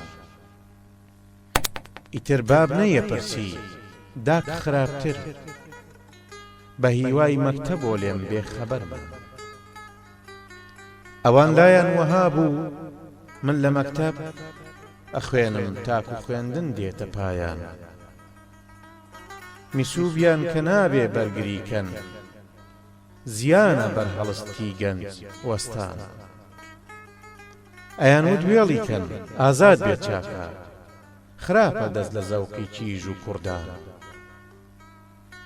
مەیان کەن با بە ئازاد بێنە بەرهەم ئەبێ بۆ ژینی تازە بچنە مەیدان قوتابخانە ئەیان کە شارسانی پەسەندی ڕۆژ و بێلەکە لە تاوان منیش تا کاتی بەربوونم لە مەکتەب بە هەر حاڵ نەبوو خۆمم ئەخەزلان بەڵام کاتێ لە مەکتەب دەرەکەوتم ئیتر وەستام نەبوو خۆ من لە جیرفا بەبێ باچی لەگەڵ کوڕکەیف و ئاهەنگ لە پەسکوچەی گەڕەک تاریکی کۆڵان لە پاشان وردە وردە هەستی جنسی لەگەڵ جنسی مخالف هاتە جۆشە دەمێ بۆ سینەما بێ ڕانوما خۆم سەرێ بۆ سەیری تاترۆ و بەزمی ڕەندان وەکو ئاورێ کە نەوتی تێبڕێژن بڵێ سەی سەند و خۆمم پێ پڕوزان لە پاشان خوێندنم بۆ ناو بە تاقۆ ئەسوڕامۆ لە دەشت و باغ و بوستان بە جۆرێ زۆری هێنا هەستی جنسی لەگەڵ ژی کۆڵەکانی سەرخیابان شەو و ڕۆژ بوومە دۆس و یار و هاوڵ گەلێ گەنجی بەتاڵ و لات و شەیتان ئەوەندە بوومە ساقی مەجلیسی مەی سەرنجام گەردی عارمدا لە دامان بە ڕۆژێ بوومە مەعشوقەی دووسێ کەس کوڕی گەنج و جەهێڵ و ملحوڕ و جوان هەتا کاتێ لەگەڵیان بووم بە عیززەت لە پاش کامیان لەلایەن پەست و بێشان ئەوی کەیفی دەویست گیان و دڵی بووم هەر ئەو نەتاک و کامی خۆی ئەڕامان لە پاشان وا لە پێش چاویە کەوتم لە دینم هەڵدەهات وەک با و بۆرە.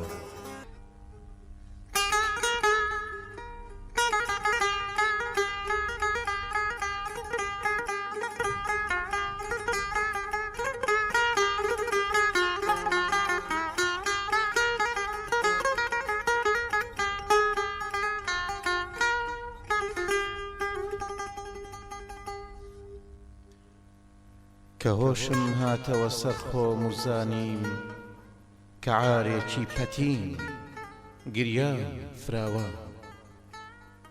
بەڵام سوودی چ بوو ڕۆی لە دەستم ئیتر کوا دێتە دواوە چەرخی گەردان.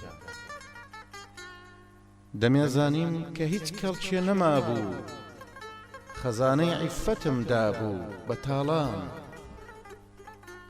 لە دەست چوو ئابڕووم بێ قەدر و بایی بە بێعەقڵی شەرەفمدا بە هەرزان.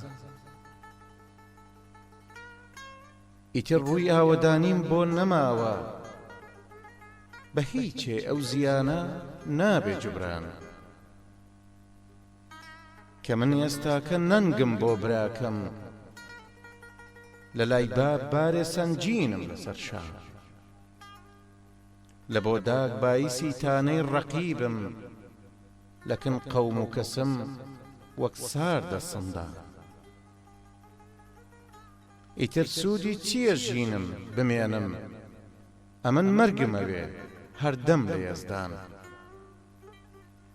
بەڵام وەسیە دەکەم بۆ هاوڵانم کچانی چەرخی تازەی تازە دەوران، بە باب و داچی منداڵان بەناڵان ئەڵێم بۆ پەروەرش چاک بێنە جەولان. بە تەنیا دەرسی مەکتەب دەستخەڕۆ بوون خراپە چون ئەبن بێشک پەشیمان.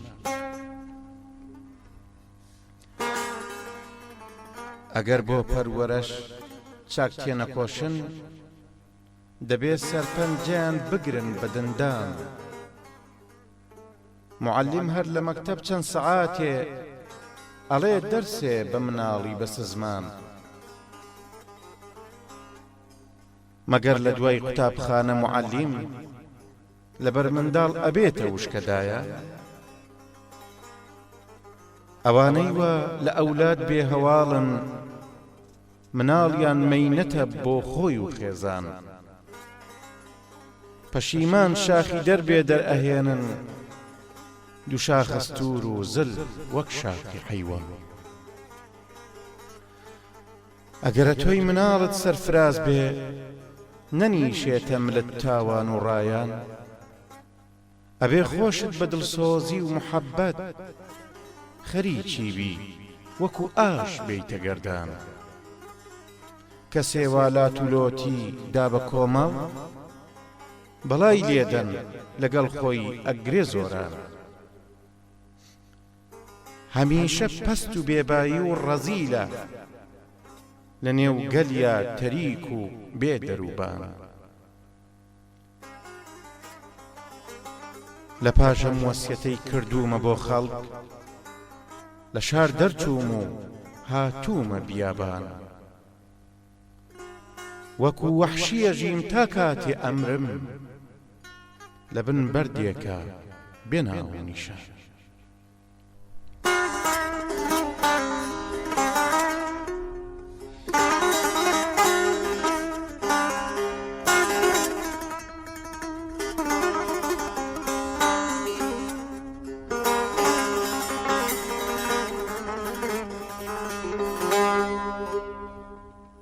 ئەوانەی وا وەکو من تەربیەت بن چڵۆن هەرگیزە بن دڵشاد و خەندان. لەسەر نۆنیشتەوە گریان بە سۆزی دڵ و جەرگ و هەناوی کردە بوریان. ئەوەی من تێگەیشتم سوچی کۆمەڵ ئەوەی من تێگەیشتم سوچی کۆمەڵ بووە وا ئەو فریشتەی بۆتە قوربان. لە کۆمەڵدا بڕێڕا بۆتە یاسا کە ئەی پەرستن وەک ئایەتی قورئان. و دووی کەوتون بەبێ لێ تێگەیشتن ئەڵێن ئاین و ڕەسمی وایە ئاڵمان، ئەڵێن قەوڵی فڵان زانا وەهایە کە پێشکەوت واکەن ئەو قەومە زانان. درستە و تیورێ وایە دانا، بەڵام گشتی متاڵە نابێ یەکسە. باو ناگەین و هی خۆشمان بەتاڵە، دەوای ئەو دەردە کوا کرێ بە ئاسا. نە شەرقین و نە غەربین و نە چینی، نە ئینگلیسی نە ژاپۆنی نە ژەرمان. وەرە هێژە لەگەڵ ئەو چیژە بگری، بەزاری هەڵبڕێژە دیقی دەوران. هەتا ڕۆژێ کە میللەت ئەبنەزانە، ئەزانن چۆن ئەژین و ئەبنە ئینسان.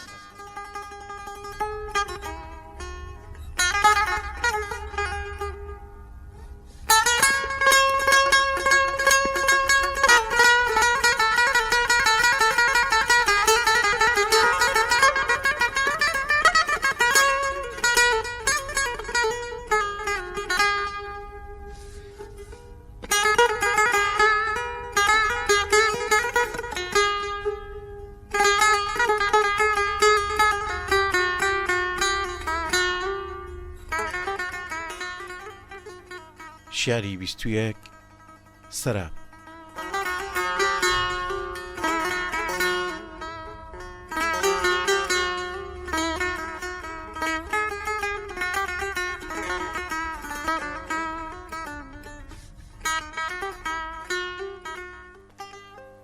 لەو مەطلبە پوچانە گەرم ڕۆ هەڵاتم، ئازادم و ڕزگارم و سربەستی بیساتم. کردومە قەناعەت کە سەرنجام مەبێ هەستێ، لەو غەفڵەتیە مرغی غەزەڵ خوانی نەجاتم. دەردی منی بێچارە لەوە کاسکون و سەختە، کەس قاتە بپرسێ لە سکاڵە شکاتە. ناکەس وەکو بڵقاسە لەسەر مینبەری تەبلیغ، پێی وایە منیش هەرزە و بێمایە و لاتم. زوڵف و خەت و خاڵ و قەد و باڵایە مەراقم، بۆ ماڵ و درا و پەستم و مەفتون و کەساتم. پسپۆڕێ لەکوێ دەسخەم و ڕازدارێ بزانێ، مشتاقی وەتەن کێ و کەژ و ئاو و هەواتم. هەوراز و بەرەو ژوورەیە ڕێوازی تەقەلام، بێیار و مەدەدکارە دەم و دووی خەباتم. دێ و دەدە هەم ڕازی غەم و هەمدەمی دەردم، محتاجی تەلاش و مەدەد سەبر و سەباتم. گاڵ و بخووری ناوێ حەکیمان نەیە مەطلەب، ژیرانە بینرێتەوە ڕێوازی مەزاتم. وردەتەن و گیانی ئەوی وا وردە لە کارە، ملهوڕ بە هەوا دێتە کەوانم لەوە ماتم. عەقلیەوێ جانانە تەلاشێکی حەسابی، چوون و نەبەزین و نەڕەوین کاتی تەڵاتم. سەنجی زل و یەکتی کە لە بن نایە بەنینۆ، بێ دەیلەم و زەنگەن پەکەری ڕەنجی بەباتم. جاهیل وەرە شێتانە مەڕۆ مەردی خودا بە، شۆری دە و مەفتونی غەم و حەوڵی وڵاتم. ئەیلاو مەڕۆ بێڕەویە ئەسووتێ خاکە سارە مەغرور نەبێ بێژێ کە لەسەر ئاوی حەیات. ئەواوە سەرابیەکە هەزارانی لەگەڵ خست، غەمباری لە پاکەوتن و تیاچوون و سزاتم. عەهدەکە لە پای کێوی وەفادا بەفیداتم، بەو مەرجە بە دڵخوازی دڵم شاد بێ وڵات. ڕۆژێکە بڵێن ڕۆژی مرادە وەرە سەیری، شادی و فەرەح و بەزم و هەرا و کەیف و مەزاتم. وەک قۆچم و ئامادەیی قوربانی لەبەر پێی، هێژار کەمە بۆ نەیلی شەرەف نەقدی حەیات.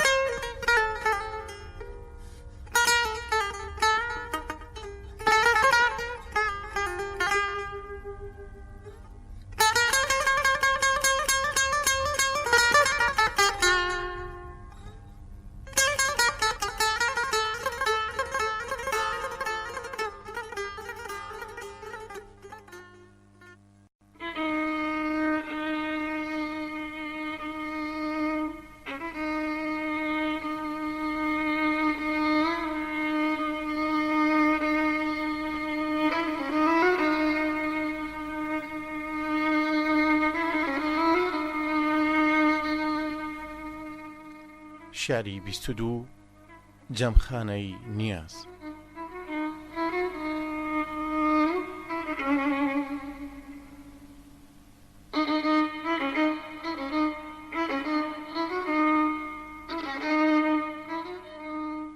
لە جەمخانەی نیازە جاروبارێ، ئەبیسرێ ئاهی مەست و بێقەرارێ، بەدڵ کاتیا ناڵێنێ سکاڵای، دروست حاڵی دەکا حاڵی نەزارێ. ئەڵێ چەوساوە کوێی ئێشێ و چلۆنە، ئەڵێ دەردی دڵی ڕەنجە و هەژارێ. نەڕوو دەربایسی کەس ئەیگرێ، نەئەبێتە پشتەوانەی میری شارێ. دڵی پێوە نییە پاکاری کار بێ، وەیا میر و ئەمیری سەردیارێ. ئەوی ڕاست و دروستە ڕوویەکا بۆ، دەگوێی بۆ ڕاگرە بۆ چاری کارێ. وەرە خۆت کەڕ مەکە و دەنجی ببیسە، بەدی بێنە نیازی دڵفگارێ. خوددا چی بکەم کەڕ و کوێروان لەسەر کار، هەموو مەست و دەبەنگن دەست بەکارێ. ئیلاهی جێژەڵووچێ کوا هەڵیکە، زەوی بێتە تەپ و تۆز و غوبارێ. نەبینرێ هیچ کوێ گشت یەختەسار بێ، لە هیچ کوێ دیار نەبێ دار و دیارێ. لە هەر لاک گەردەلوول حاکم بێ بۆ خۆی، بە پێی سەنجی بەرێ هەر نالەبارێ.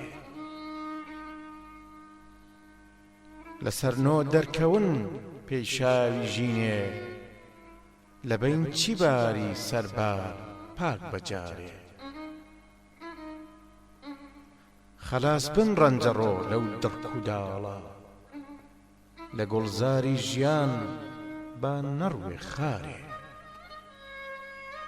منی شارام وەکو هێژا لە کونجێ، بڕۆمە کوڵبەی دەیرێ مەغارێ.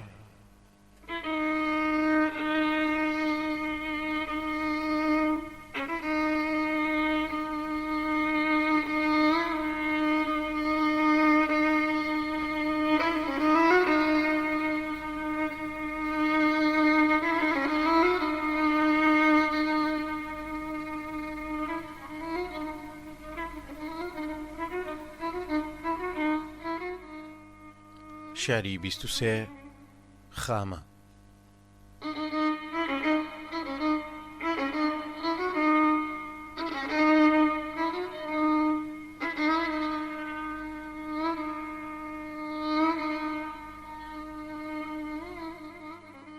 لە پێنووسم دڕ و گەوهەرە بارێ،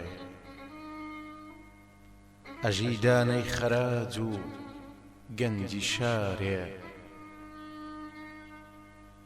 ئەگەرچی قەدری دانە و دڕ بەجێیە، لە جێی خۆی نرخی گەوهەر پێبەجێ.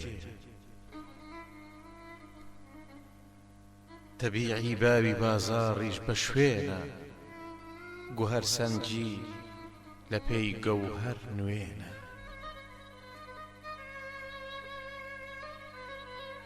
ئەوی پسپۆڕ و زانە و وردەبینە، لە کاروباری سەودادا مەتینە. ئەزانێ کامە قەڵبە و کامە ئەسڵە، لە بازار کامەتە کاڵای چ فەسڵە. لە نەختێ خەرجەکە کڕیاری زۆرە، لەوێ سەوداکە بازاڕی جۆرە. بەڵام هەندێ کە سەوداگەر نەبوو بن، ئەگەر بۆ مختصەر کاڵایە چووبن، ئەوەندە ناشیانە چوون لە دووی کار، ئەپرسن قیمەتی ئەتڵەس لە عەتار. کەواتە ئینتیزاری بیر و تەکبیر، لە نائاگا مەکەن ئەی عاقڵ و ژیر. بەڕەلا کوا ئەزانێ کێ شەریفە، بەدڵ چوزانێ کام گەوهەر زەریفە. دەغەڵ کەی قەدرەزانێ نەوجەوانێ، لە کڵ دەرهات و پوختە و لێ بزانێ. ئەوەش زانینی پێداویستە کاکە، لەکوێ ئاسانە زانین کامە چاکە. نەزان هەروە لە خۆڕا پەل دەهاوێ، چەقەڵ مەس ئێسچی بەبر و شێرە جاوێ. حەقیقەت گەوهەرێکی ڕوون و پاکە، تەمیش ئەربیگرێ ساتێکە کاکە. سەرنجام هەر ئەبێ بشنێ شەماڵێ، برەوە ئەو شوێنە سروەی بێ بە حاڵێ. بروسکەی دێ لە پڕ دەردێ لە ژێرتەم، ئەڵێ خەڵچینە سەیرم کەن ئەمام هەم. بەڕاستی گەوهەری بێگەردە جەوهەر، لە مەڕمێردانە مایەی فەخر و زێوەر. بە تایبەت گەوهەری نایابی زانین، خودا دەیڵێ بزان وەک خەڵکی دینی. قەدیمیش وا دەڵێن دارایی زانە، بە تاڵان نابرێ نادزرێ قەت نا. ئەوان سەرمایەیان بێبیمە بیمەس، بە زۆر و زوڵم و تاڵان نابرێ بۆ کەس. ئەگەر سەرمایەکەت هێژە وەهایە، هەزار بار لێی ببەخشی دێتە مایە.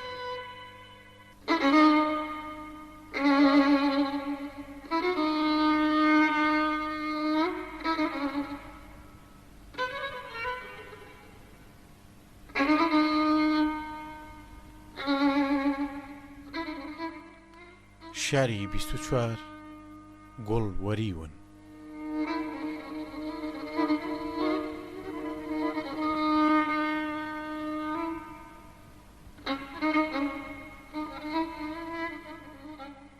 لە داخی دەوری دوون زۆر دڵتەزیون، بەبێ وەعدە گەلێ گوڵ هەڵوەریون. گەلێ خونچەی نەپشکوت و چناون چەنێ چووزە و چرۆیان هەڵبڕیون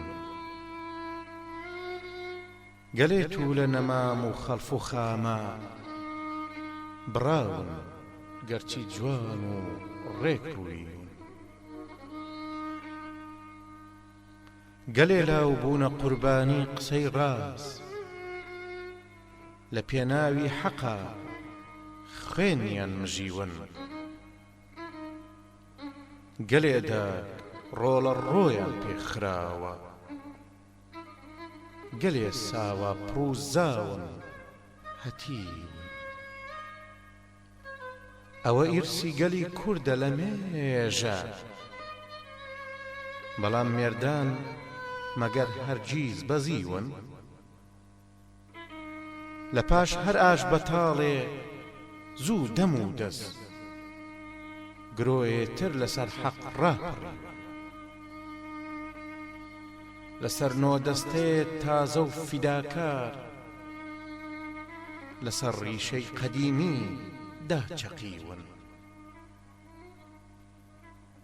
خەباتی ئێمە جارێ دوایی نایێ مەڵێنە و هۆزە وەستاون چەقیون بەڵێ بیما بەڵام گەل نامرێ قەت ئەوانەی دژ بەگەل هەستان ڕزیون ئەوەی واهات بەسەر ئەم هۆزەدا و چوو هەموو پێشات و هەوراز و نەشیون گەلێ ئەمرێ خەباتی بێتە پایان دژی تاڵانکەرانێ داسەپیون گەلێ تەسلیم نەبێ شتیان مەحاڵە ئەگەر چی دوژمنان تێیدا بەزیون هەلێ هەردەسەدا بۆ هێرشی گەل دژیوانەی تەکی پێ هەڵچنیون و دەریان وا ئەنێن ئیتر نەوێرن لە شوێن ئەو خویە بن پێیان مسیون کە وەختی ئێمە ناوەستین لە پەیکار زیانکار ئەو دەسەن مەستی فریون سەرنجام هەرەگەین یاران بە ئاوا گەل و هۆزم لە نووستن ڕاچەنیون بە ڕۆڵەی میلەتی هێژا ئەنازێ کە بۆ شاری شەرەف میر و خدیون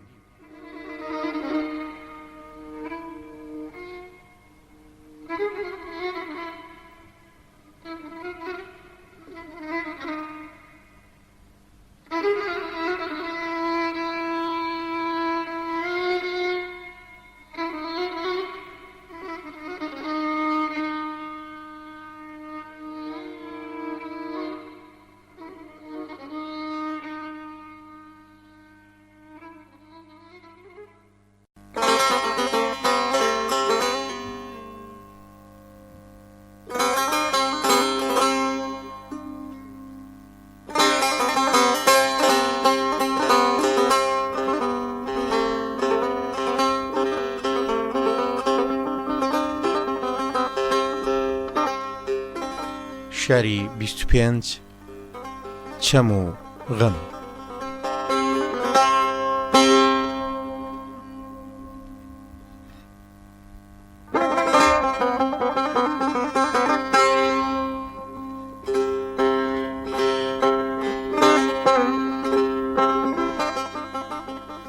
لە دنیادا کەسی بێغەم لەکوێ بوو کە هاتوو بوو بەنی ئادەم لەکوێ بوو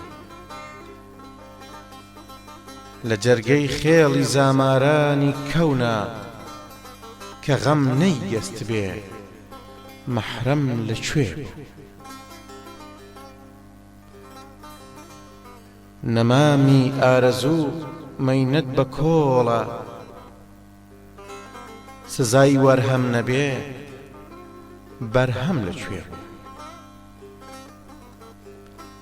درەختی زڕکە هەرزە ڕوێ لە خۆڕە بە بێهێنای شەم و لاچەم لەکوێ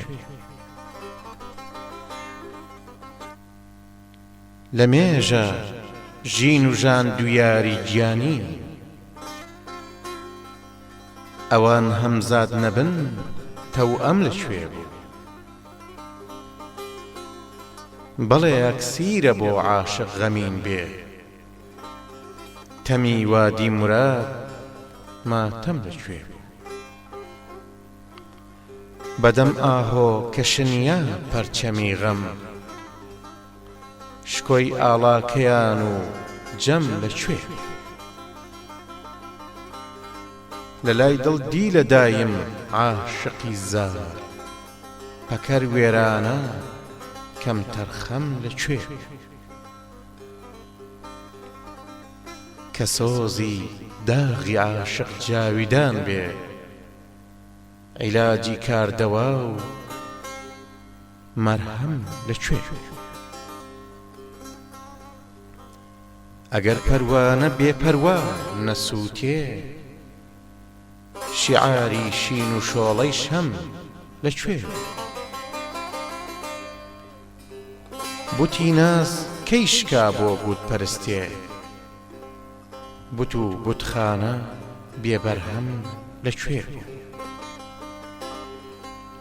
بەڵێ کوورەی سەفا داغ و بەتینە دەمی پێویستە دەم بێدەم لەکوێ لە کڵپەی ئاورە گوڵزار نواندن لەبەر ئەندامی بێوەرهەم لەکوێ بوو ئەگەر جۆش و خرۆش دامرچێ دنیا شێوێ شەوکەتی عالەم لەکوێ تەکاپۆیە عەزیزان ڕەمزی هەستی وجود بێ بەزمی کەیف و کەم لەکوێ بوو چ دەریایەکە غەم بەحرێکە بێپەی کە چاوکەی غەم نەجۆشێ یەم لەکوێ بوو نەزاکەت بارە هێژە عاشقی ڕەن چەم و خەم کەیف و غەم سەرجەم لەکوێ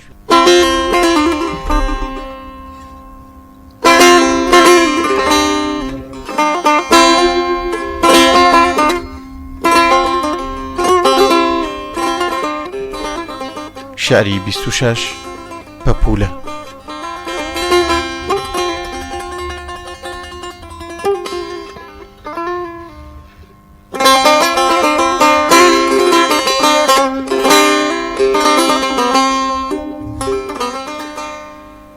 لەسەر بەرجی گوڵێکی ئاڵ و ئاودار پەپوولەی جوانی چووکی نارنی نازدار بەلەرزینی پەڕووباڵی بە ئەستەم کای کوێنێ بە خەنجە و لەنجە و لار ئەبەزوێ نەختە نەختە و ڕێک و مەوزوم لەسەر لاسچی گوڵێ خۆش ڕیتم و هوشیار لە چاوی من جم و جۆڵی پەپوولە پڕی ئیمایە هەر بزوین و ڕەفتار بە هەر لەرزەی دڵێ لەرزانە بێشک چ پڕمەعنایە خۆ پێشدانی بیمار بە هەر جوڵەیە بزوێ هەستی پەنهان بە هەر لەرزەی دەخیزێ عاشقێ زار سەما ناکە پەپوولە بێبیان و ئەبێ ڕازێ هەڵێنێ بێتە کردار وەرن ئەو ڕازە یاران ئاشکراکەین هەتاکو خەستە کەمتر بن گرفتار بە ئاینی ئەدەب ورد و لەسەر خۆ سەبارەت بەو مەبەستە بینە گوفتار. ئەگەر جوانی و نەزاکەت باری غونچە نەبێ کەی بولبولی زار دێتە هاوار. دەسازێ باڵی نەرم و چقلی تووڕێک وەرەگرن دەرسی ئوڵفەت بولبول و خار. لە مەتنی لەرزشی باڵی لە ڕەقسە ئەخوێنێ دەرسێ تازە بولبول هەر جار. ئەڵێن ئەو دوانە جوانی دێت و دەڕوا وەرن تاماوە بۆ سەیرانی گوڵزار. کە ڕۆی نایتە دواوە چەرخی گەردان لە پاشان مەر لەگەڵ یادی بکەن کار. نەسیم مۆسیقی سێن بەرجی گوڵانە پەپوولە بازیگەر بولبول نەیوتار. چ ئاهەنگێکە هێژە عەیش و مەستی تەبیعەت جوانە جێڕێ جامی خونکار.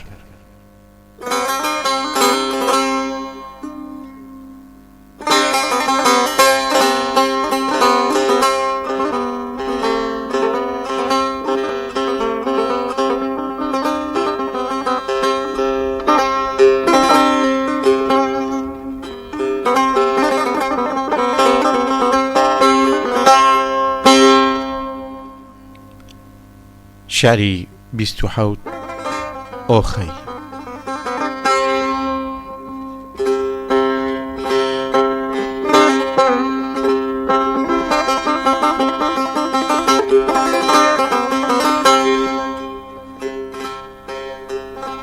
لە دەردم تێبگەن خەڵکی نەتاکەی بەریتانم ئەدەن بێجێ پەیاپەی. ئەگەر گرژ و دەبەنگ و مات و مۆنم شەریکی دەردی گشتم ئەر قبوڵکەی. لە هەر شوێ دەردەدارێت دەنجی دەردێ لە ناڵەی ژانەکەم جەرگم دەبێ پەی.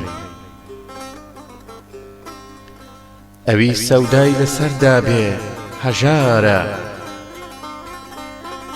دەرونی هەست دەکات دەردت وەکو خۆی. لەکوێ ئارام و ئاسایشە زانێ دەرونی دێتە ژەم تا تۆ وتە دووەی. کە من دڵسۆزی ڕاستی و یاری تۆ بم ئەوەم لا مەطلەبە بێوەی بی بێوەی. نەکەی هێژە لە حەنای ئاشنایی ئەوی لێت دیتە مەڵبیت و درێغکەی.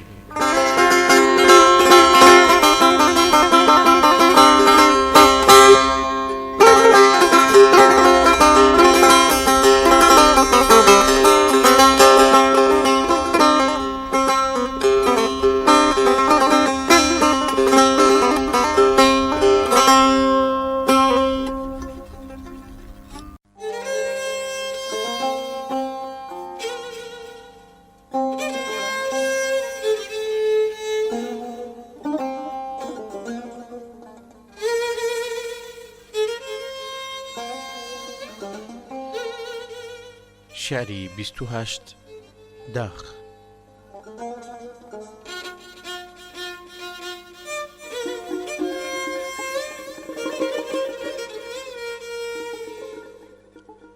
لە داخی جوتە هەڵدانی کەر و چوار پێ خوددا چی بکەم.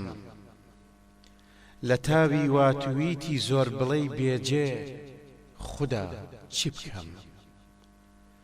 لە قینی مەست و دێوانەی نەزانی بێحەیا وەختە هەڵێم چارەم چییە یاران بڕۆم بۆ کوێ خوددا چی بکەم. خەتای کێ بگرێ پیاوێستا کە نادان گەرمە بازاڕی. دەغەڵ خۆی شای کەسانە و پەندی پێ ناوێ خوددا چی بکەم غەم و غوسەی زەمانە کەم نەبوو بۆ ڕەنج و ئازارم غەمێتر هاتە سەربارم قەدەر وابوو خوددا چی بکەم لە خۆڕا خۆ دەکوتنە هەر مەبەستێ باک و تێی ناگەم نەزان چۆن تێدەگا کەی چا دەبێ وابێ خوددا چی بکەم ئەڵێن ئێستا گرۆیەتر بە ناوی دانیش و عیلم و خەریکی جێرە شێوێنین لە شار و دێ خوددا چی بکەم خوددا ساخۆت بگە فریای گەلی چەوساوەی بێکەس عیلاجی کار لە دەست هێژای هەژار ناوێ خوددا چی بکەم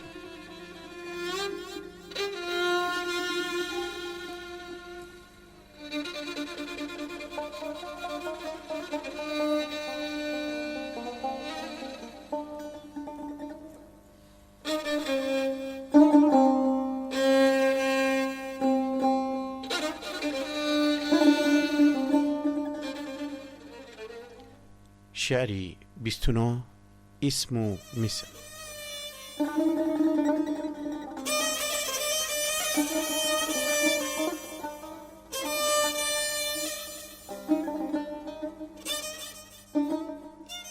لو اسم مسمە گەڕێن کاکە کلۆرە مردوو کە زۆرە خزم زیندوو مەشۆرە وریایی کۆشک و کەڵێن فەرزە لەسەر مێرد ڕێوازی هەوڵی کەسی دیکەم مەگۆڕە ساچاخی زێڕی کوردە ژن لەکن مۆدە بێڕەویەیە بێتامە لە زیادی شۆڕە سیپاڵی شەنگ و شۆخی گەنج و لاویمە کەی لای غەوارە پەسەندە لەکوێی جۆرە قەتار و لاوچی کوردی لە گورجستان کەی تامی قۆریا دەدا چڕە و هۆرە بەجازی غەربی بەدڵ کەی سەماکەی کوا ڕەقسی تانگۆ بەلا تۆ پڕی شۆرە ئەڕوات لەگەڵێ نەسازە چارە چییە چۆن وەرەگیرێ نەتەوێ مەگەر زۆرە وەسیەت بێکاکە لەو ئیسم و میسمە گەڕێن تۆی نیفاقی گەلە خۆرەیە خۆرە خۆت بەو ئیدی هیچی دیکە گەلێ باشە دووری کە لە گورز و قاوی بازە و بۆرە جارێ بە کوردی پەتی فریادێ مەحکەم لە گشتی جەهانە بێ سۆرە و کۆرە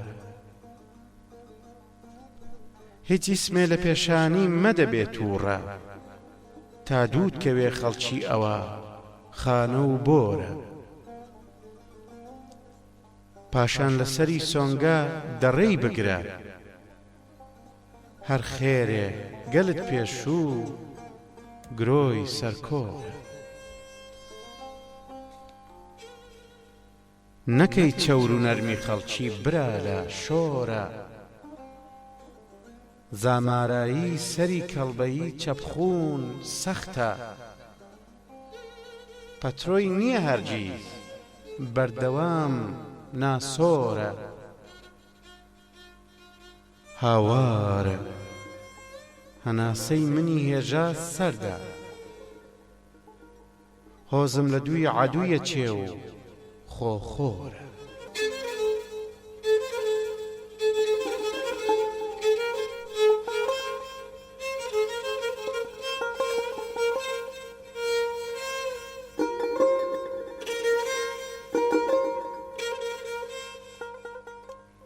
شاری سیەم ئەشک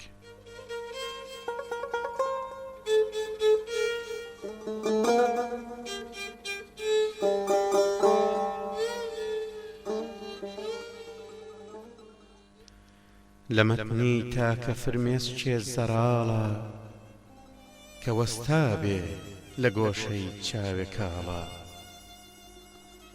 هەزار و یەک کینایە و غەمزە نەخشن لە چاوی وردەبینا بۆ موتاڵە. گەلێ نوکتەی زەریف خۆی داشارێ لە بێدەنجی زەدەی ئاشفتە حاڵە. ئەوی کوورەی ئەوین سووری نەکاتۆ سەلیقەی کوا لە سەودای زێڕی قاڵە. لەکوێ لای وێڵێ موڵکی مەینەتاوە گران قەدرە نەوای زاری و سکاڵە. ئەوەی هەموار نەکات دژواری ئاوات نەتێ باشە بەدووی سەودای مەحاڵە. کەسێ نەتوانێ نێشی نۆش بکێشێ ئەبێ نەڕوا بەدووی هەنجی خەیاڵە. تەمەنای هەرزەیە گەندێکی بێڕەنج بەڵام چی بکەی لەگەڵ مێشکی بەتاڵە. بەلایۆ وایە ئاینی ئەوین قەت نەگونجاوە لەگەڵ عەقڵ و کەمالە. هەوا بەرچاوی ئاوەزدا پۆشێ دەلیل پەچیە لە جەنجی پێبەتاڵە. بەڵام پسپۆڕی وردی تێگەیشت و ئەزانێ چەندە بایی و نرخی کاڵە. ئەوی سەوداگەر ئەیبینێ گوێیە لەگەڵ دیدی خڕیدارێکی کاڵە.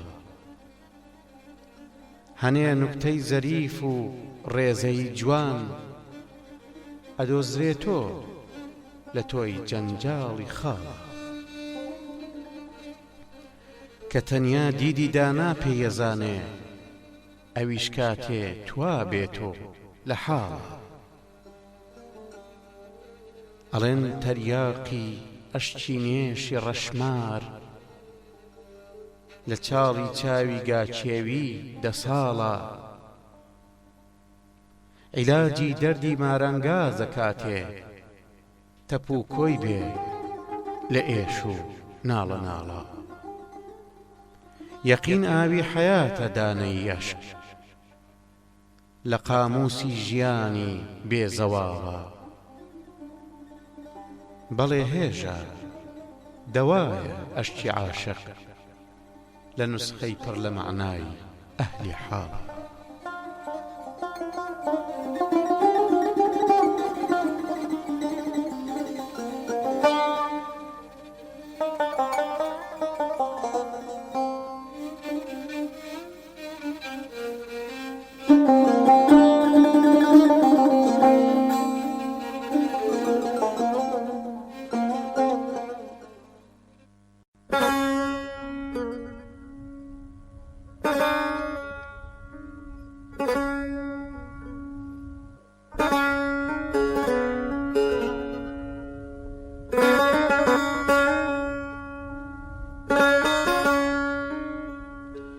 شاری سیویەک پەرچەم.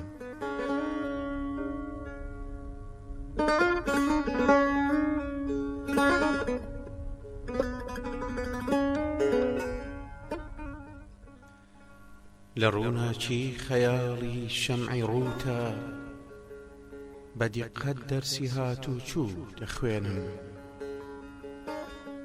بە تاری پەرچەمی خاوی خەیاڵی ئەسیر و دیلی تاری مو دەمێنم. لە گوڵزاری تەمەنا وارەزووتە وەنەوشە و سمبوڵی گێسوو ئەچێنم. لە گەنجور بۆ نمونەی لەعلی لێوت بەلال و دانەی یاقووت ئەسێنم.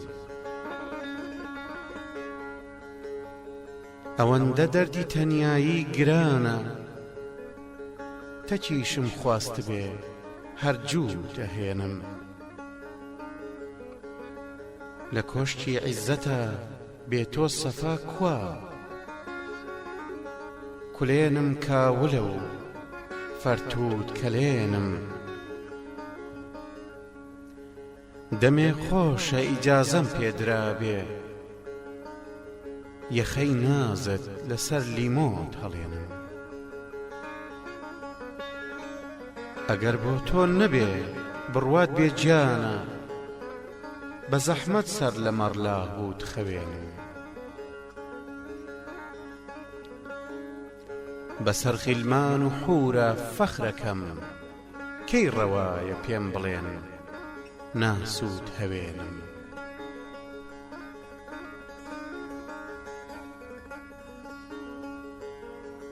لە سامی تۆ شپرزە و دەستە پاچەم ئەگەرچی لەشکری تاغوت بەزێرم ئەڵێ هێژات کە ویستی تاقی جوودکە خەریتەی خەم لە دووە برۆ دەسێنم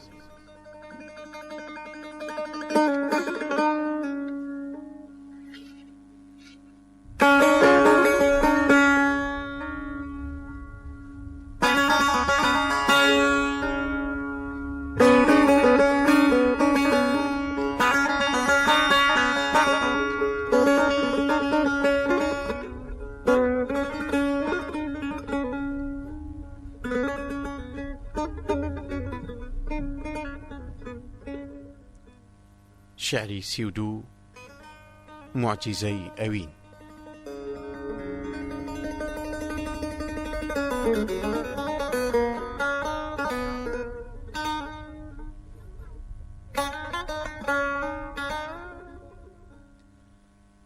لە گۆشەی چاوی مەستت مەکرە بارێ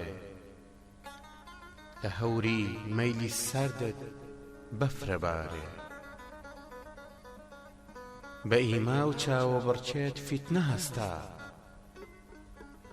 لە یاقوتی دولێوت شەکرە بارێ فریوددا بەلەنجەولار و خشپەت نەیەکدوو بەڵکو گەنج و لاوی شارێ ئەڵێن مەیخانەکان بەسراوە دەریان لە ناویانان نەما مەست و خومارێ ئەوی مەستی مەی و مەیخانە ڕەو بوو گرفتاری ئەوینت بوون بەجارێ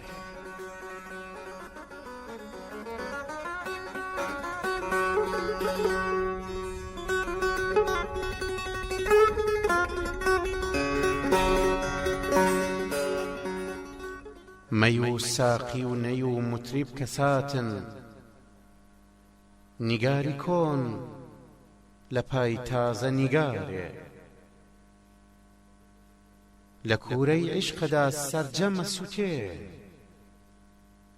لە تاوی دیمەنی سیمین عوزارێ خومارن سینە ڕێشانی زەمانە بەنەشەی چاوی مەستی دڵفگارێ نیازی وایە مەستان دەوری بگرن مەبەستی چی بێ بۆوە بۆ چ کارێ خەیاڵی وایە هوشیارێ نەهێڵێ بپرسێ حاڵی زاری بێقەرارێ لە شاری سوتنە سۆزێ نەمێنێ کوڵ و کۆ دامرێنێ بۆ هەژارێ گەرەکیە ئاوری نەمرودی هەڵکا بسووتێنێ هەموو زار و نەزارێ بەڵام ئیبراهیمین هەندێ ئەویندار ئەڕۆنە ناو بڵێسەی تینی نارێ دەبێتە باغی جەننەت سکڵ و ئاور بە ئیعجازی ئەوینی پایەدارێ ئیتر منع بڵێن هێژا دەسووتێ معافن لەو سزا عاشق بەجارێ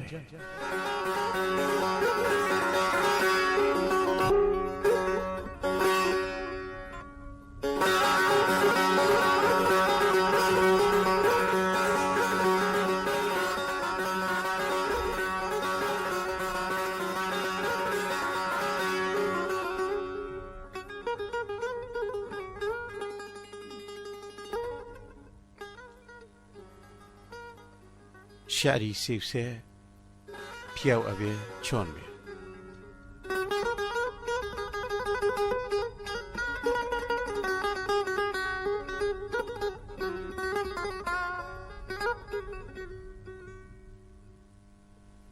لە ژینە و کاتە ڕازی و کامەرانم کە مێژووی زیندەجیم ڕوون و پەسەند بێ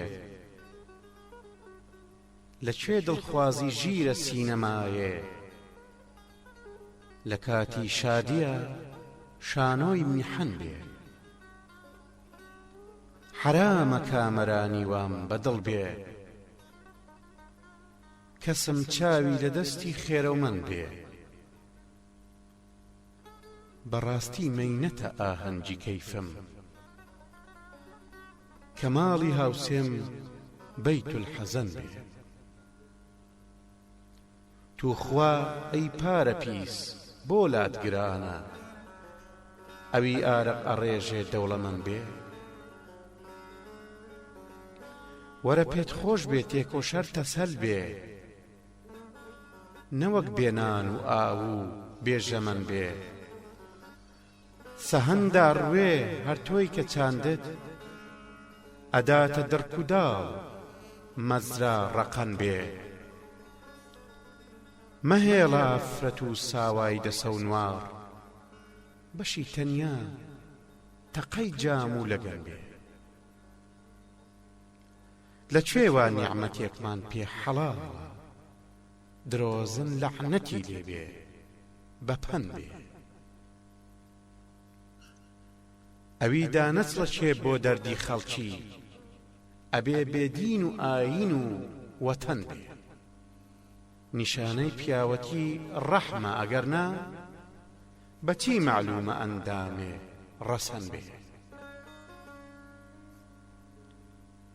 ئەبێ نەرم و نیان بێ مەردی دارە بەرابەر ملهوڕان ئازا و بزەن بێ سەریدانێ لە پێناوی وڵاتە دژی پیلان و مەکر و فێڵ و فەن بێ دڵی پاک و ڕەوشتی جوان و خاوێ بڵند ئەندێشە و خاچینەتەن بێ بەدین و باوەڕ و ئاین و تەقوا نمونەی پیاوەتی دەورە و زەمەن بێ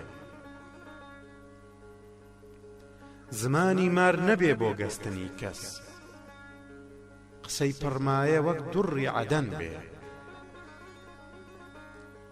بە پول و پارە خزمەت کا بەداما و لە حەنای بالبڕا و خاوەن دەهەن بێ کە ماڵێ دەستگیرۆیی پێ نەکریا بە کەس چی ئەرفرە و زۆر و زەبەن بێ بە گوڵ چی ئەر سەراوی ڕوبەڕوو بێ کە ئەم لەمبەر سەر ئەفگەندەی چەمەن بێ بە وەڵات کە پیاوی تێگەیشت و بچێڵگەی ژینی هەر چوخر و چەقەن بێ لە باغی پڕبەری جوانی ژیانە چ حەیفە بێبەر و سایە و سەهەن بێ وەرە دەست هەڵگرە واعیز لە گفتار لەکوێ معلومە خوی خۆت بێگەزەن بێ بە دووری قەت مەزانە کاکە هێژە بەخێل ئەو ڕۆژە ئەمرێ بێکەفەن بێ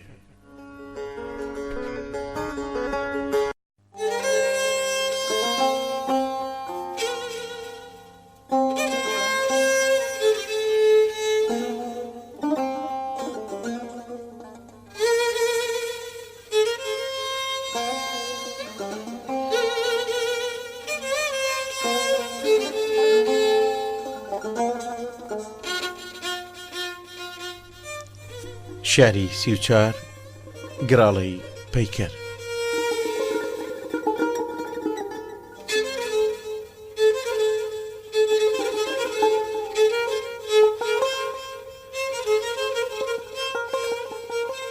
موژە تیر و نیشانی دڵ، چ تیرەندازێ چاڵاکی،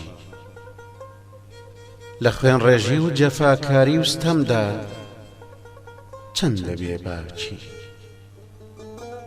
سەری نینۆک بە خوێنم چاگەڕێژی و پێمەڵێ عاشق دەست خۆش ئافەرین، بڕواکەم پێت ڕەنگ ڕەزێ چاکی. لە ڕەمزی عیشقە کوژراوی ئەوین مەمنونی قاتڵ بێ، نەخوازەڵڵا گەر گوڵگون بە خوێنی دڵ بێ بەرچاکی. چمان پەیکەر گەریب ڤینۆس قوڕی تاپۆی بەدیهێنای، بە خوێنی ئاشقان شێلای گراڵەی پەیکەری پاکی. وەرە مەمنونی تیر و تانەتم، سەربەرزم و شادم، کەوا هێندە لە چاو و ڕاوی دڵ خێرا و خەتەرناکی.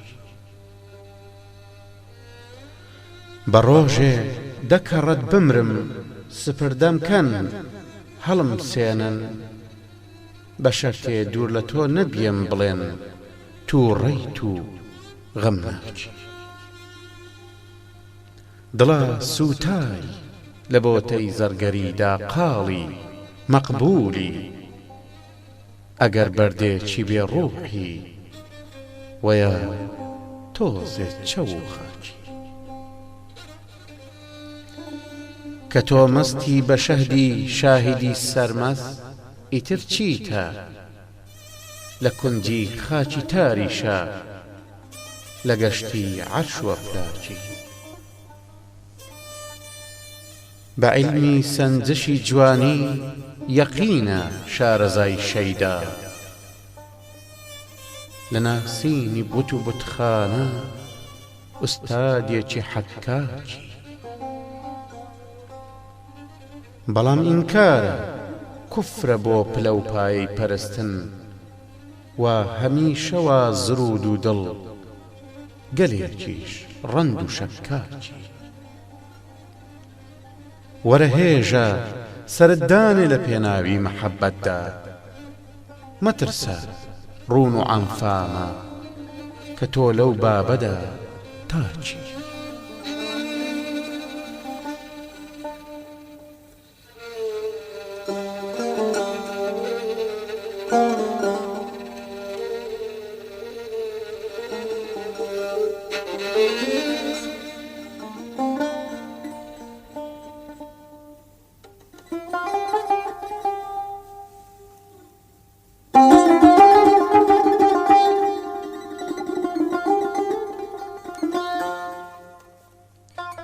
شعری 35 سەودای بێڕیە.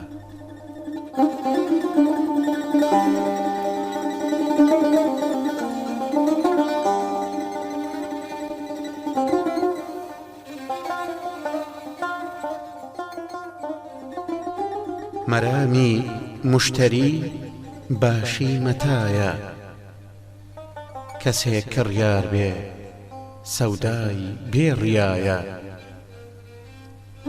لە سەیری ماڵی چاک تێر نابێ کڕیار، چ دڵخواز بێ مەتا ئەڕوا لە بازار.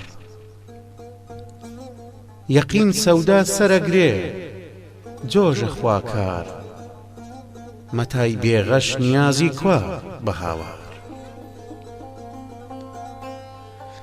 دیعایەی بۆ چییە کاڵا کە چابێ، خڕیداری هەیە و ماتڵ کە نابێ. لە بازرگان مەڕەنجێن سەر ئەکاتۆ، لە کاڵایێ کە زوو جێی خۆی نەکاتۆ. دەغەڵ ناکڕێ ئەوی هوشیار و ژیرە، ئەزانێ قەڵبەزەن مایەی فەتیرە. نەزیلەی کۆنە کوردی مامەیارە بەتاڵە ئاشێوە بەرداشی لارە ئەگەر هەرچی بەجێی خۆی پێ بەجێ بێ بە چاک دێکاتی هاتن هەردەمێ بێ ئەگەر ویستت مەتات کڕیاری زۆر بێ کە ساتی نەبیە تێکۆشە کە جۆر بێ بڵێ هێژە ئەوی وا باری لارە لە پاشە و دەستە ئەژنۆیە و هەژار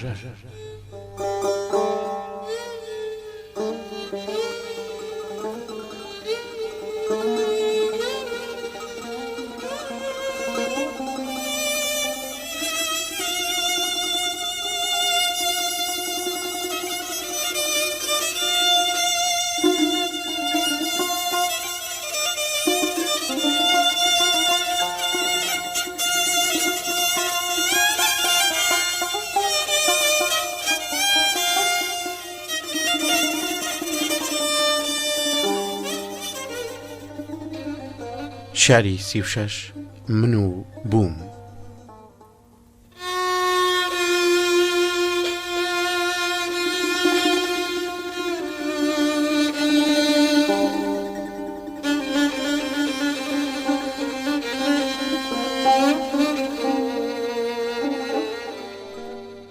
من و بووم و شەو وێرانە یاریم وەکو یەک زار و بێزار و نەزاریم لە شەوگاری ڕەشی دوور و درێژار ئەناڵیم تەنگەتاو و بێقەراری لەگەڵ بای خێڵڕەش جەوری فەلەکدا ڕەفیق و ئاشنای پار و پێراری لە نەورۆزە خەزانێ ڕەنگ و زەردین بەڵام هەر چاوەڕێی سروەی بەهاری نەشنیە هەر نەسیمێ بێژمۆ خەی بە ڕەشەبای جەبری تەقدیر تار و ماری لە وێرانەی دەروونە بۆ مەچەرخێ لە سەودای بایە قوشتە یاری غاری شەوی تاریک و نوتەکێمە وەک یەک بەدەم دەرد و ئەتلەین و هەژاری هەراسان چاوەڕێی ڕۆژێکی ڕوونی تەماداری نەجات و چاریکارین بڵێ هێژە بپشتێ خونچەی ئاوات بڵێن ئۆخەی لەگەڵ خۆشبەختیاری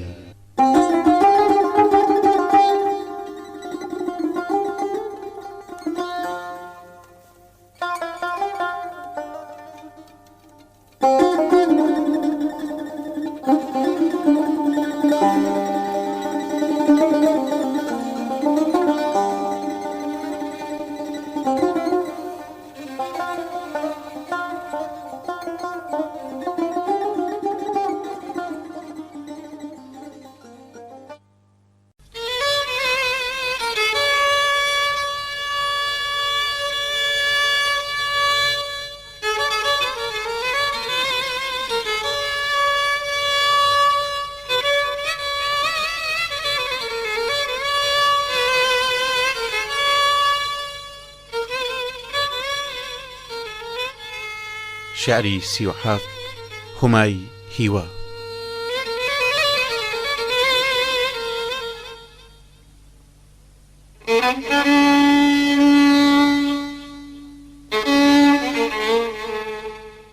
مەکەن لۆمەم ڕەفیقان پەرت و مەنگم گەڵ و جێرە مەبەس دەرنایە دەنگم نەزارم ڕوومەتم زەرد هەڵگەڕاوە لە ڕەنگ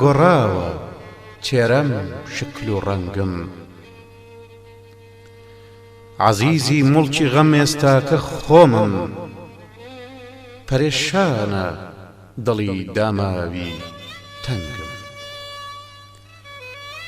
بڵێن سەنگی سەبووری شۆرەتی و بێ و بە سفت و سەختی من بێ و بێژێ سەنگم. ئەگەر خەستەم شپرزەی گورز و قاوم، پەرێشانی تەقەڵا و زەرب و چەنگم. تەمەن بەو جۆرە چوو ئاوات وەکو خۆی بەجێمە نەیگەیاندێ ئەسپی لەنگم. شەقامی ئارەزوو دوور و درێژە، بڵەند پەرواز هومای هیوای زرەنگم. سەرەنجام دێتە بەر باغی مرادم، مەبەست ناچێ فیداکاری و درەنگم. مەرام لێ ناگەڕێ وێران بێماڵی، خوماری وێنە چاوەنواری بەنگم. هەتام ساتە هەر سەودایە مایم، درێخ بێوادە زەڕیا تاس و زەنگم. ئەبێ مۆم دەسخەم و مۆم نایە دڵکەم، هەزار بار سنج و بۆ بێ دەوری هەنگم. ئەگەر هاوارەکەم حەقمە ڕەفیقان، گەلێ پابەندیتانە و نام و نەنگم. چ تۆفانێک کە دەریای لێڵی ئاوا، شکاندی شاپەڕی سەودای نەهەنگم. ئەبێ تیرم لە پێخا ناحەزی دوون، جگەر ببڕێ سەری نێشی خەدەنگم. ئەسێرەی بەختی هێژە ڕوو لە هاتە، لە ئاسۆی ڕوون هەڵا زوهرەی قەشەنگم.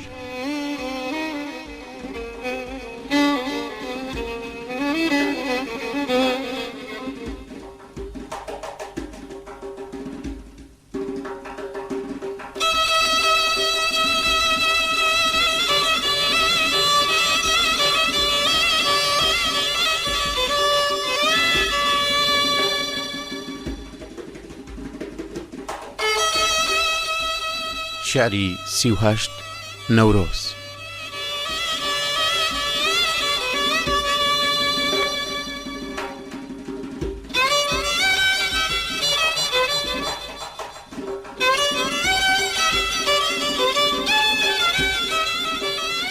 نەورۆزی دڵەفرۆزە برا حەشر و حەلایە، شادی و گەپ و سەیرانە لە هەر لاوە هەرایە.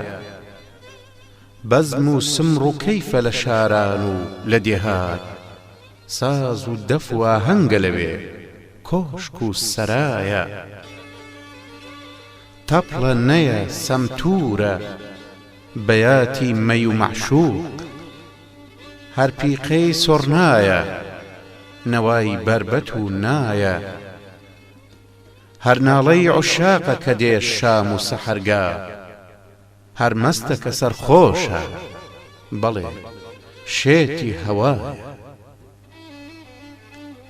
خەمڵیوە کەژ و چێ و چەم و دۆڵی وڵاتم، گوڵزاری هەزار ڕەنگە ئەوی شی و چیایە. هەر خونچە دەپشکوێت و بەدەم عیشوە و نازۆ، ڕازانی بە ئیماوە ئەڵێ کاتی جەڵایە.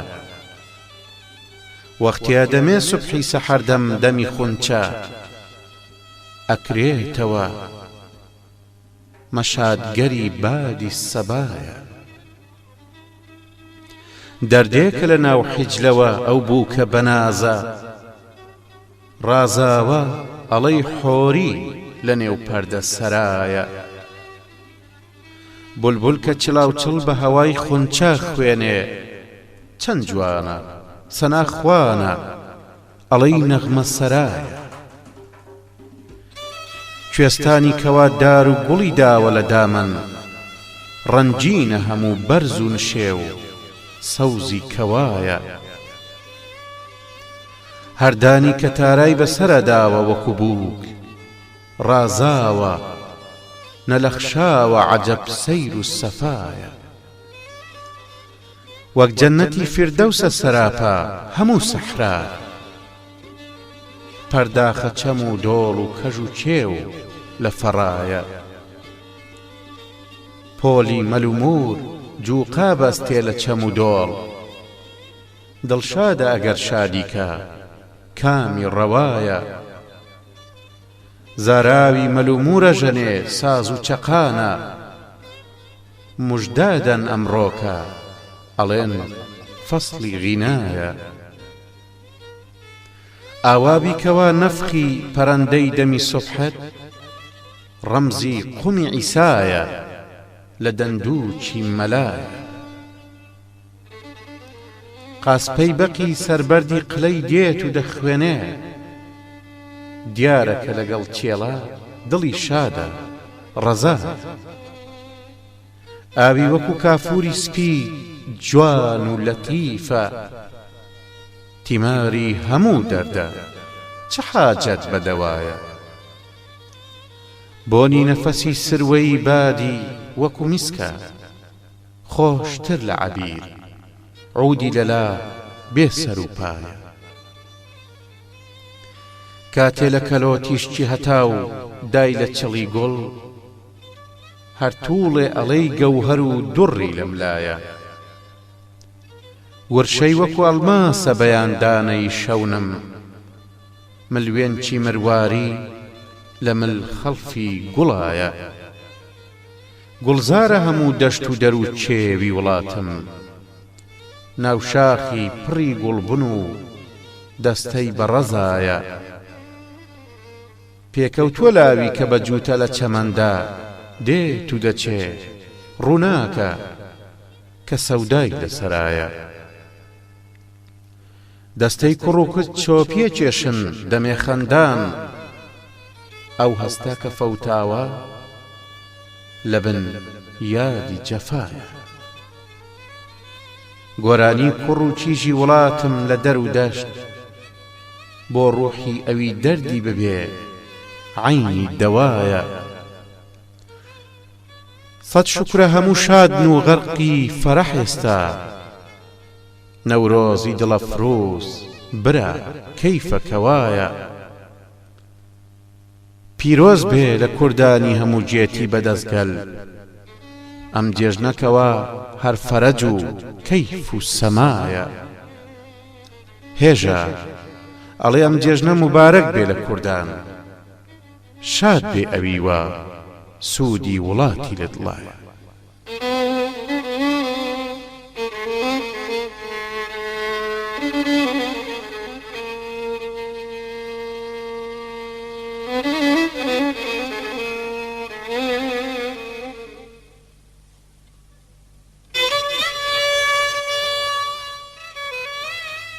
شیاری 39 خانمی خێڵان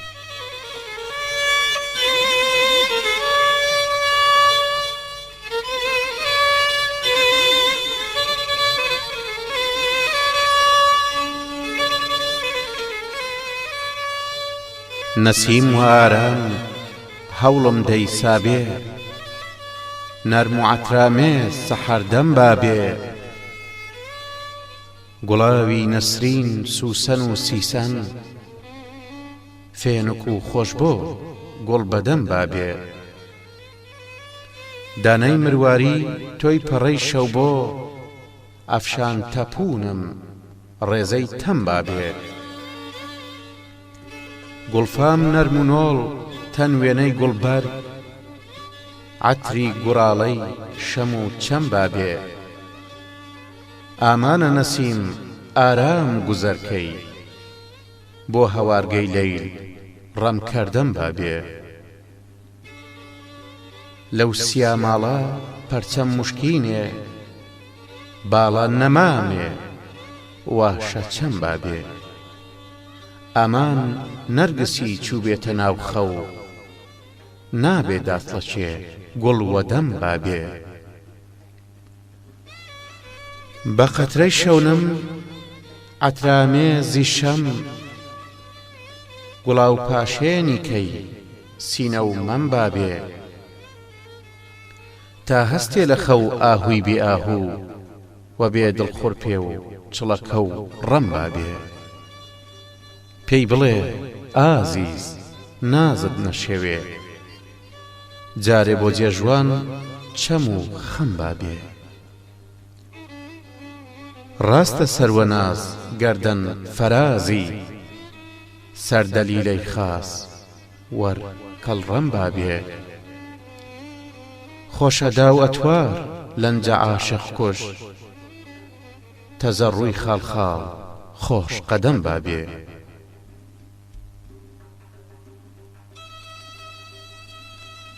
وڵا تەواو کاک ڕۆژێ کوژاوە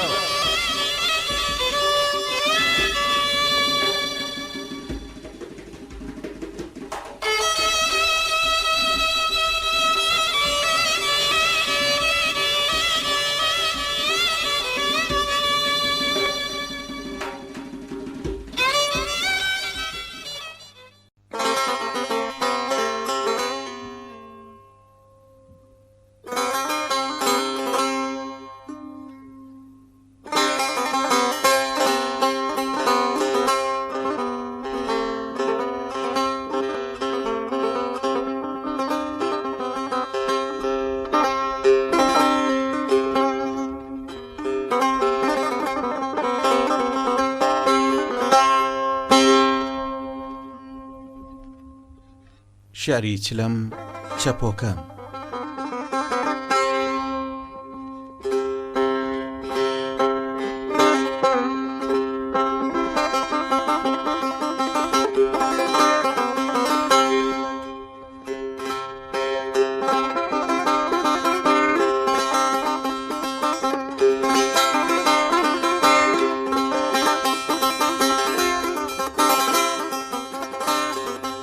نەزاکت کوا ئەدەب کەی باوی ماوە فەلەک چەرخیش کێ چەپ هەڵخوڵاوە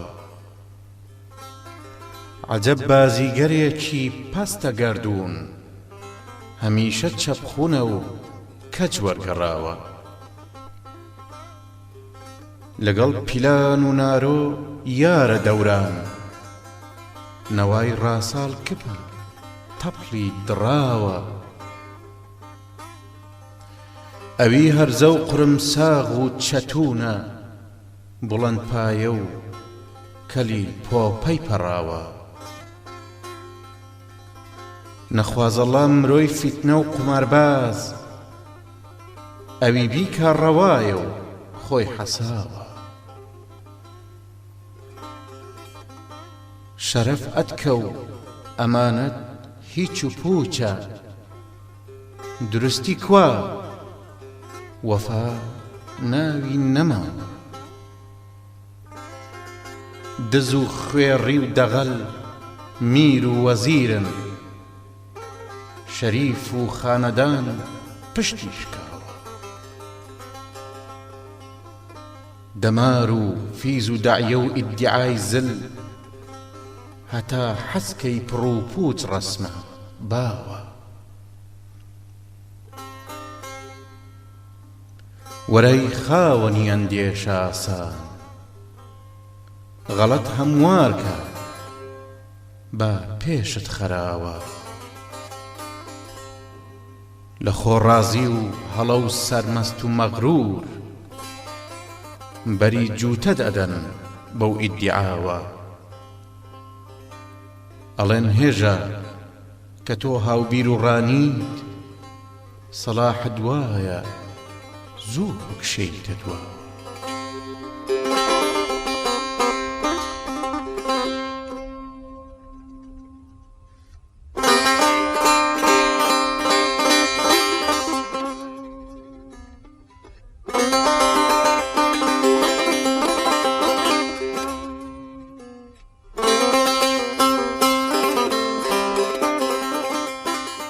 شعری 41 سینە چاک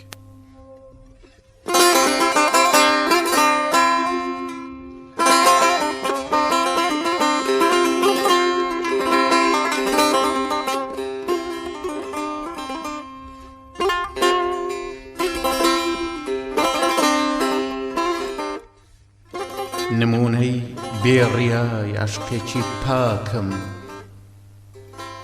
لە پێناویە فیدایی و سینە چاکم، لە دڵما شەتڵە جوزەی گوڵبوونی عیشق، بە نازە ڕوێت و نازکێشێکی تاکم.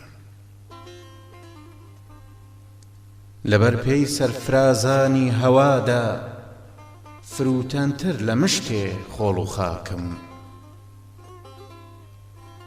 مەگەر تاقیم کەنەوە ئەوسا بزانن چ گیانبازێکی ڕەند و یارێک چاکم.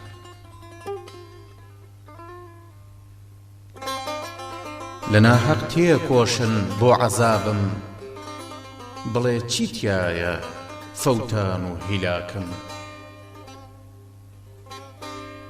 لەلاتان وا نەبێ ئاسان سپەرخەم،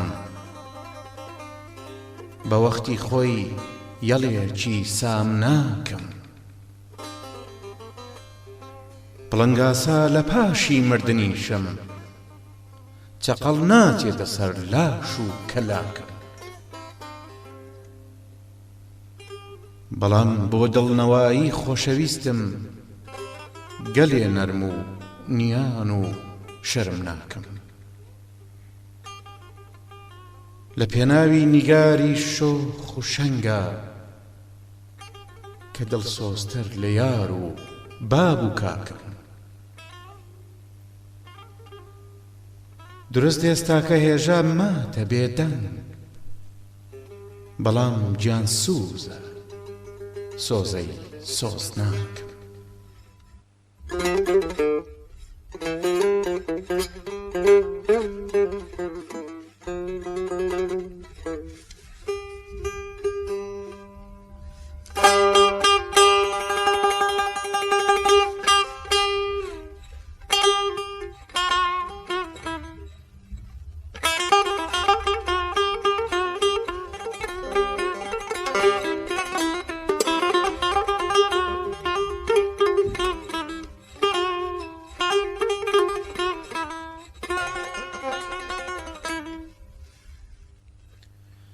شعری 42 میزراح.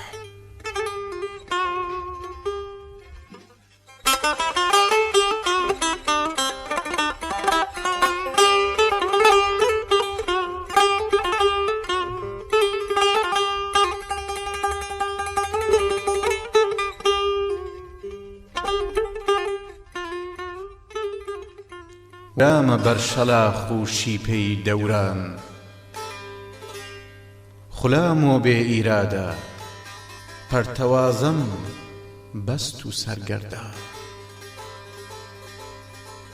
شەلاخ ماوەی نەدام کاتێ بسوڕێمەوە بە کەیفی خۆم، فڕەم ها تا ڕەزابن لێم سەرۆک و میر و ئاغە و خام. مەگەر حەقم هەبوو یەکدەم پشودەم خەستەجی دەرکەم، بە قەمتی و شیپە تێمۆڕا ئەهاتن نۆکەری ملپا. لە مەیدانی ستەم زۆر حاکمە و فەرمانی چاگەڕوە، ئەوە لەویا حوکمڕانە نەعەقڵ و مەنتیق و ویجدان. لە ترسی جەهلە بێ ڕاوێژ و بیرروڕا سپەر داخە، حەقە ئەرخۆی بپارێزێ لە قرم و قاڵی بێ ئامان. ئەبێ دانی پیانین ئەو قەبیلە زۆرە لای ئێمە، کە چوار لای وای بەسەر هێناوە بێتاوانە بێتاوان. عیلاجی عیلمە هێژە کاتێ فەرهەنگ بێتە مەیدانۆ، لە وەحشی بارە هێنێ نابیغەی بێ وێنەی دەورە.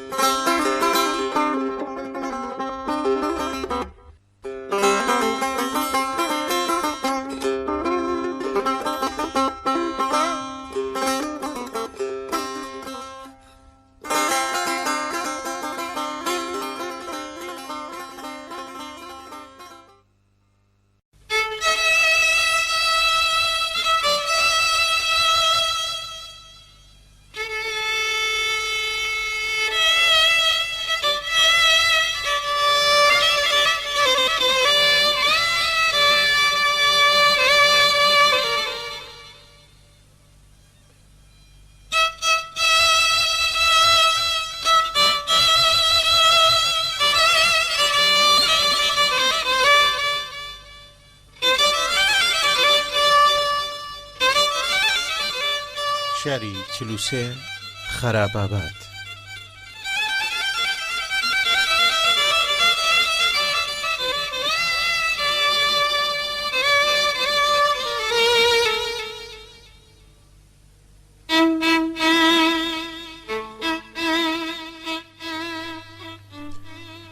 وەکوو فەرهاد قوڵەنجی کۆکەنیم زوونایە سەرشانم،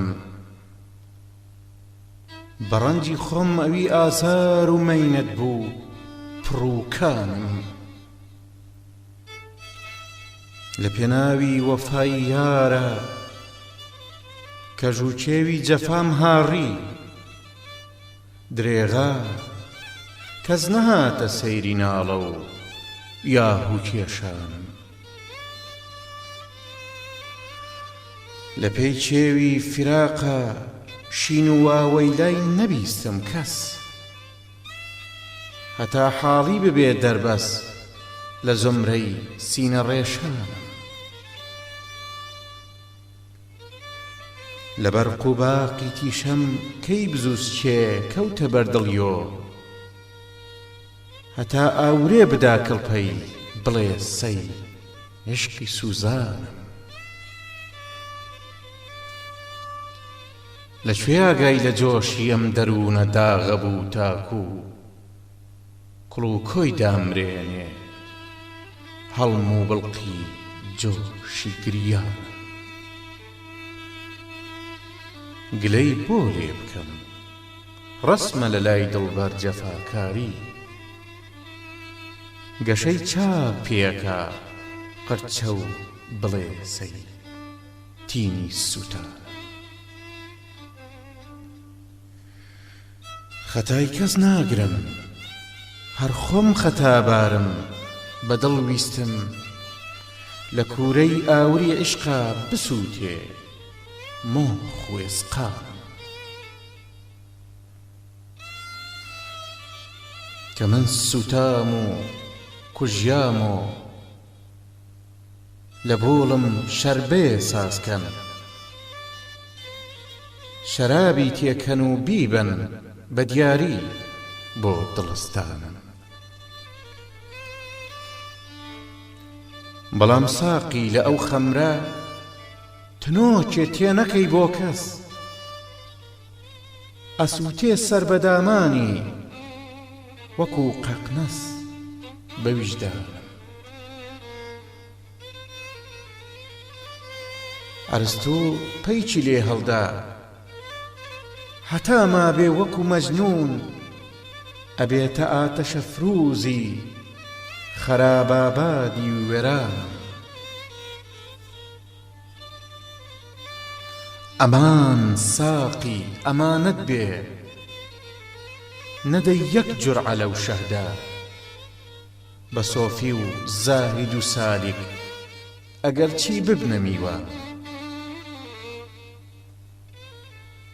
غوڵامی عەربەدەی مەستیم کە بێ ڕێی بوو ڕیایەژێ، بە ئاهی سوزناچی دڵپڕوزان شەرتە یارانم.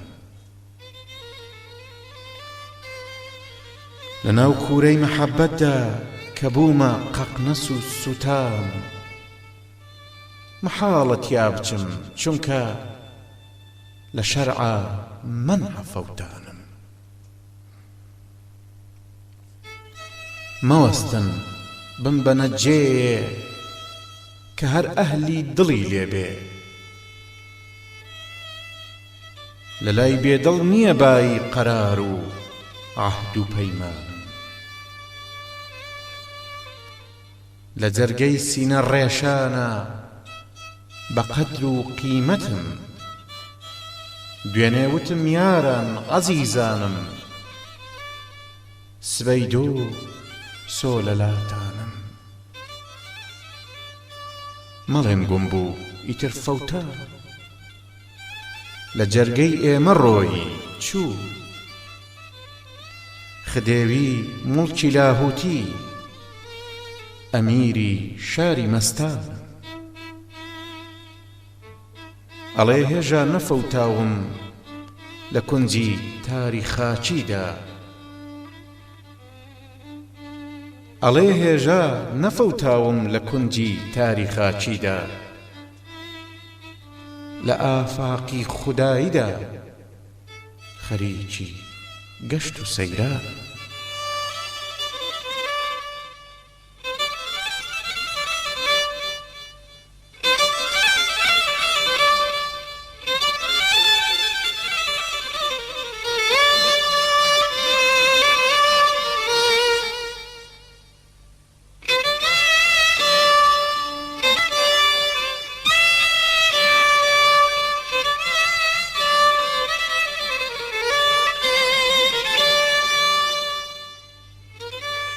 شیاری 44 وەسیەت.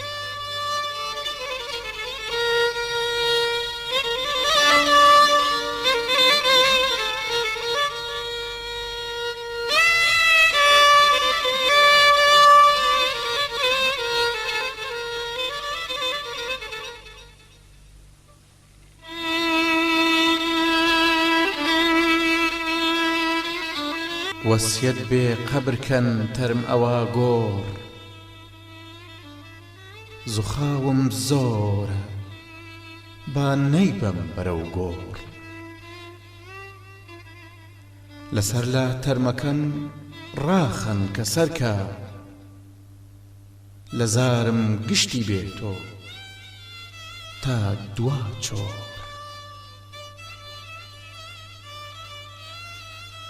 نەوەک بەو زووخەوە بچمە قیامەت، خەفەتبار و مەلوول و ماتەم و مۆڕ.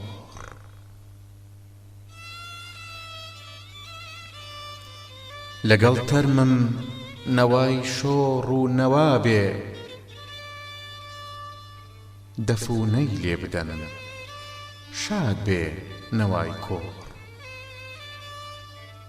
بهێڵن با ڕەوانم ڕوون و شاد بێ،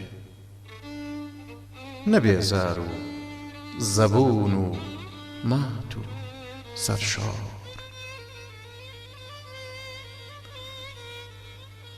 دەتوخوا وام برن بمنێنە گۆڕێ، لەوێ کەڵکی ئەوەم بێ بچمە ناو کۆڕ. لە کوێن یاران ئەوانەی شارەزا بوون چیان لێها، دەسەی دڵسۆز و پسپۆڕ. لەکوێوە هەڵکۆڵین ئەم تیپە بۆوە، وڵات پڕ بوو لە یۆڵغار و سەڕ و هۆڕ. هەموو پەستەک لە لاشانان بەجارێ، دەهاوێن سەرجلو تا ئینجە و هۆڕ. ئەوانە کوا لە ئێمە نەی ڕەفیقان، هەموو سەرکێشن و خاوەن کوژ و تۆڕ. ئەگەر یاری هەژار ئەو تیپە هەرزەن، ئەوانن ناخودا و ڕێپێوی پاپۆڕ. یەقین کەشتی مراد ناگاتە مەنزڵ، ئەنیشێتە قوڕ و لیتەی خەسی هۆڕ. دەڕەبی چەرخی دوون پەنچەر بێ بشکێ، نە پەروانەی بسووڕێتۆ نەماتۆڕ. وەکو هێژە لە بنبەستا پەکەر بێ، بگاتە زەرد و بنشاخێ وەرەسپۆ.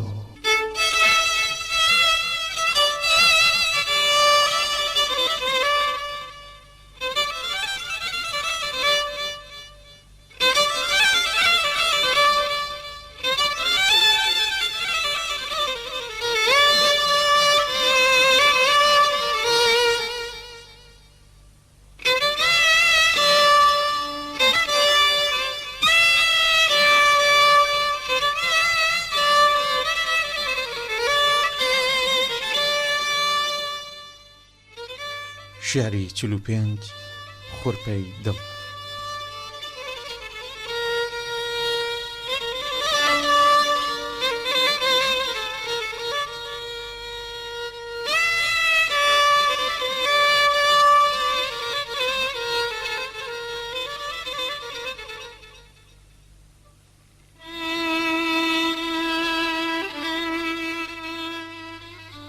وا نەزانی داستانی سووتنم شێتانەیە، یا نەباڵداری سەمەندەر هەر لە بن ئەفسانەیە. دڵ لە ناو کڵپەی دەرونی داغەدا دێوانەیە، هەرەژی ئاهەنگی گیانسۆزی گەلێ مەستانەیە. لانەوازێکە کە ناو کورکەی گڕی هێلانەیە. ئاورم تێچوو بە کڵپەی خۆمەوە تاویامەوە، سەردەمێ بوومە زوغاڵ و سەر لە نوو بوژامەوە. بەو هەناسەی سارد و ئەشکی خۆمەوە نەکوژامەوە، بێ ئیرادەت چەند کەڕەت خامۆش و هەڵگیرسامەوە. نابەڵەت یاران لە ساز و سوزی من بێگانەیە، ڕەبیا شووبی زەمانە بیگڵێنێ و نەسرەوێ، بربەڕەڵا و سەر لەبەر بێ ئەو کەسەی خەڵکی نەوێ. وەک کەوان پشتی لە ژێرباری جەفادا دانەوێ، کوێر و کەڕ بێ و دەستاژنۆ وەک دەسی کەرداکەوێ. پڕ بە پێستی پێشیاوی لەعن و تیر و تانەیە.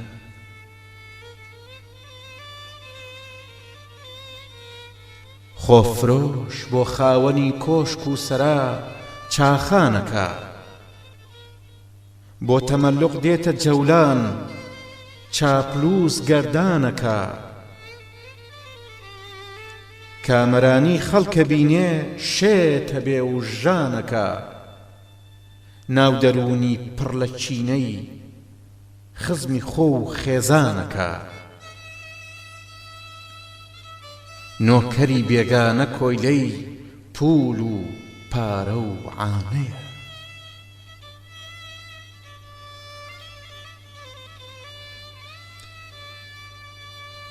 کەی لە دەردم شارەزان چارەم لەکوێ لای غافڵە، چێو لە تاریکی ئەهاوێ و بیر و ڕایشی باتڵە. زۆر پەرێشان و دڵە و دەوام بۆ ئەوەی وا عاقڵە، زەحمەتە هەڵکا لەگەڵ زانە کە سێوا سەرچڵە. سازش و سۆزش لە پێناوی حەقە مەردانەیە.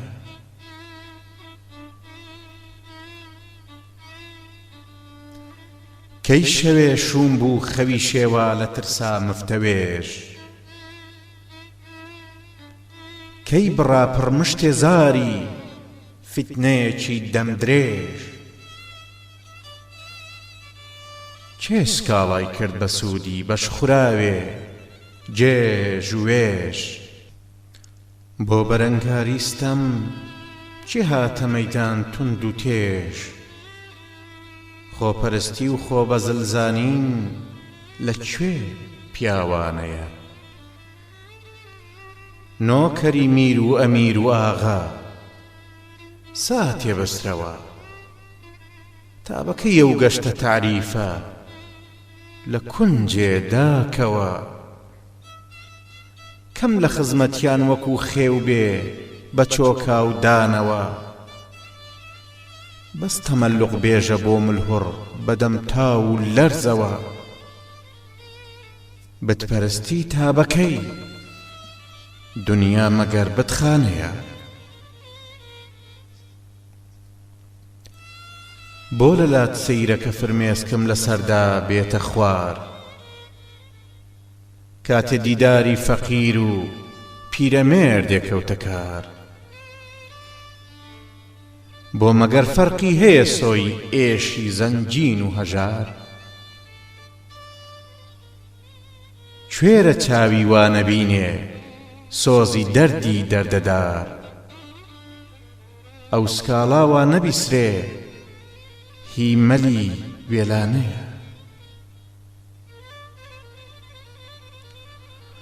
خۆت و ئاغات موژدە بێ باوتان نەماوە تیاچن ڕۆژ بە ڕۆژ لای تێگەیشت و ئەبنە پەند و فەسعەبن ئەی دەڵاڵی مەزڵەمە ئێوە لەکوێوە دەرەچن چونکە دەسیاری ستەمگەر چێوی دەستی زاڵمن خۆفرۆش کەی باشە بێ هێژە ئەوە ئەفسانەیە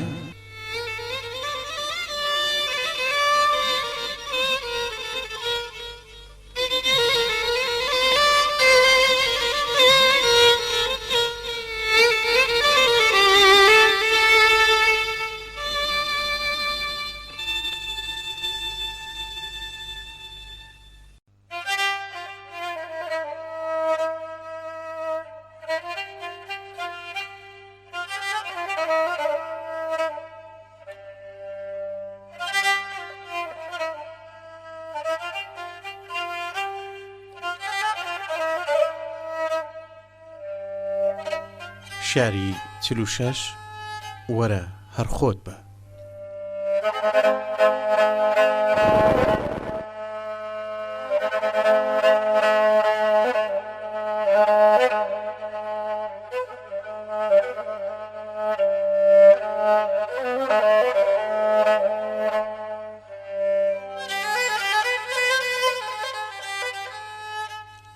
وەرە هەر خۆت بە بێخود ڕای مەماڵە لە دووی خەڵکی دەوین کاری بەتاڵە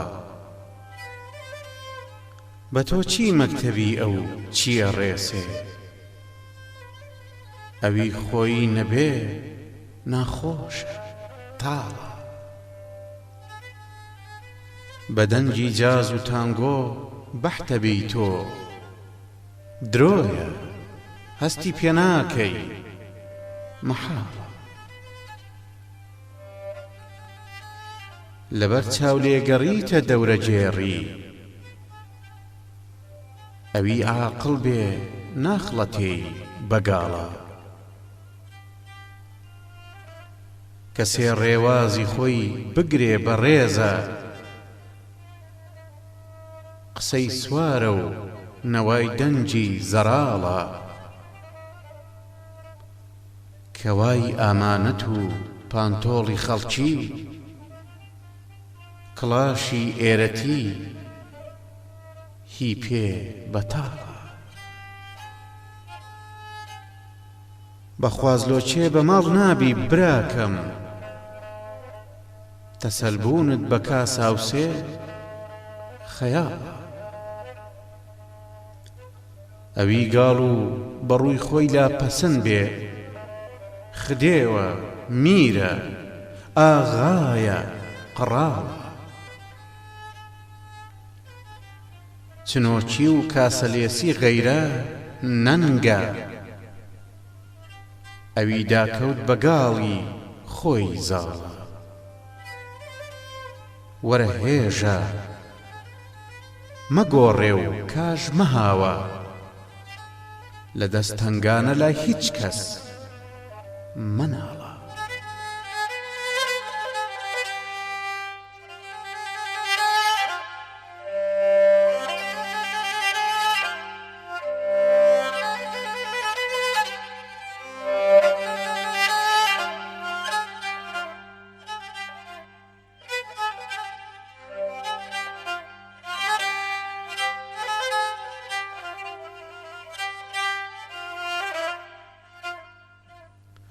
شاری 47 سەر بەسەر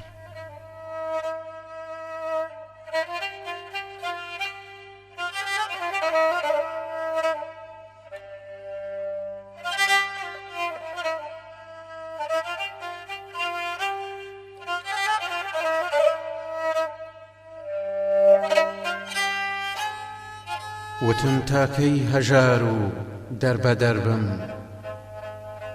لە دەستی دەوری دوون خوێنین جگەر بم بەڕەڵا و هەردەجێلی شار و دێهات کز و مات و تەریک و دەستە سەر بم فەلاکەت بار و بێغەم خوار و داما و سەرا سیمە و خەفەتبار و پەکەر بم شەوێ چەنگاوشی پیری خیرەت بووم وتم تاکەی ئەبێ وا سەر لەبەر بم بزەی گرت و وتی پەرتی لە مەطلەب بزەی گرت و وتی پەرتی لە مەطلەب بڵێی هێندەش نەزان و بێخەبەر بم ئەزانم دەردەکەت کاری و گرانە ئەڵەی بۆ ڕووبەڕووی تانەوتە شەر بم یەقینە ژانی زامت چاری نایێ ئەڵەی دانا و لە ژینیش بەهرەوەر بم تەمەنایێ مەحاڵە و مەبەستە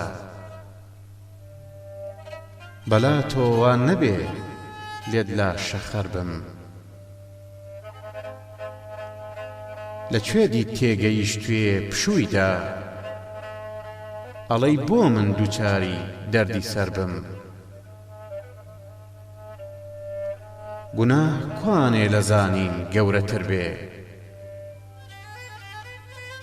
گوناه کوانێ لە زانین گەورەتر بێ مەڵێ زانام ئیتر با بێخەتەر بم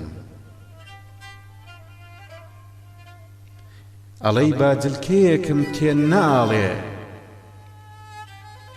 لە دەریای قوڵزمیش ڕاهی سەفەر بم هەزاران فەیلسوف و نوکتە پەرداز هیلال بوون تۆ ئەڵەی چۆن دەربەدەر بم خەیاڵی خاوە خەم بەشتە و ڕەزابە نەڵێی بەشکەم منیش وەک بێهونەر بم ئەمە ڕاستە جینانی کەر جەهانە نەڵێی هێژە لەگەڵ ئەو سەر بەسەر بم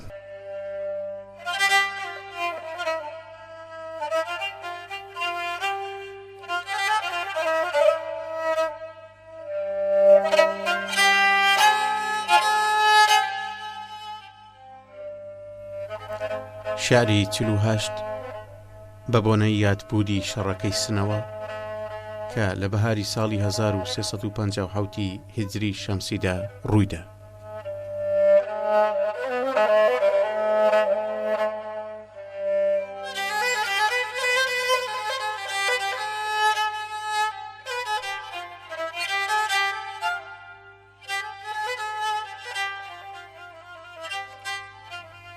وەرن با خوێن بگریەین بۆ کوڕی کورد درێغ بۆ لاوی جوانی سەفدڕی کورد دوڕی دەریای وەفان لاوانی ئێمە پڵنجی سەرچیان لاوانی ئێمە بەڕاستی ڕوویگەلی کوردی سپی کرد سنە و گەنجی سنە ناوی دەراورد نمونەی مەردی کوردە لاوەکانی بە ئازایی و جەوانمەردی و جەوانی دەڕۆحی شار سەرۆکی ئاردەلانی هەڵۆخان ڕووی سپی شاد بێڕەوانی سنە مەڵبەندی مێردازا و دلێرە سنە لانەی پڵنگ و بەچکە شێرە بژی شاری سنە و ڕۆڵەی نەبەردی بژی دژوانی کێو و دەشت و هەردی سنە نازناوی ناوی کوردستانە، سنە ناوەندی حوکمی ئاردەلانە، سنە شاری ڕەزی خانی وەزیری، هەرات گڵکۆی شەهیدی مەکری میری، سنە جێگای زەڕینە کەوشی ساسان، سنە ماوای یەلان و مەردی مەیدان، سنە زانکۆی قەدیمی کوردستانە، سنە زانای گەلێ ڕەوشەن ڕەوانە، سنە ئەکسیرە خاچی ئاوی کەوسەر، چەوی ئەڵماس و زیخی دانە گەوهەر، لە چاوی بەد بە دوور چیژی جوانی، خەبات جێڕن ژنانی ئافرەتانی، بە خوێن ئەرخەمریە گریچەی کچانی، ئەگەر خوێناوی پەلکەی ماڕوخانی، دەقەی ناکە کاڕوێنێ گوڵی ژین، ئەخەمڵێنێ نەمامی جوانی خوێنی. خەباتکاران نەمامی خاک و خوێن بوون، هەموو دیمان چیان کرد و چڵۆن بوون، فیداکار بوو کوڕی چیژی جەوانی، بژی بۆ جەوهەرێوە ئەو نوانی، یەڵی گوڵگون کەفەن بۆ نیشتیمانی، بە خوێن نووسی ئەژی کورد جاویدانی، لە بیری نایە مێژووە خەباتێ، نەبیسراوە لە کەس وا کارە ساتێ، سنە داچی وەتەن هەرتا هەتا هەیە، چڵ و سۆی لاوی تۆی هەر لە دڵایە، هەموو لاوچاک نەبەس ئازا و فیداکار، کەڵ و وریا و دلێر و ڕەند و هوشیار، کەچت چاتر لە کوڕ وەک بەبری پەیکار، دڵ و دڵبەر یەک و یار و وەفادار، هەموو لەشکر شکێن جەنگاوەر و ژیر، لە شەڕ سەنگەر ڕمین زانا بە تەکبیر، لەسەر سینەت سنە بالالەشین بێ، بە خوێنا و برۆی تاک و ئاورین بێ، ئەبێ زەخمت هەتا وەختێ بەسۆ بێ، برینت تا موراد ناسۆر و نۆ بێ، بە خوێنی لاوەکانت ئاسۆ سوورە، لە سۆزیان شێوی شاهۆ شارە زوور، جگەر بوریانە داچی نیشتیمانت، بە خوێنەگری بە سۆز بۆ ڕۆڵەکانت، دەڕوحیان شاد شەهیدانی کوردستانی، دژی سانان بژیت و ڕۆڵەکانی، کە ڕۆڵەی وای هەبێ گەل باچی کوانێ، ئەبێ ڕزگار ببێ عالەم بزانێ، بنازێ حەقیە هێژە ئەر بە هۆزی، بە کیژی ئافرەتی لاوانی قۆزی.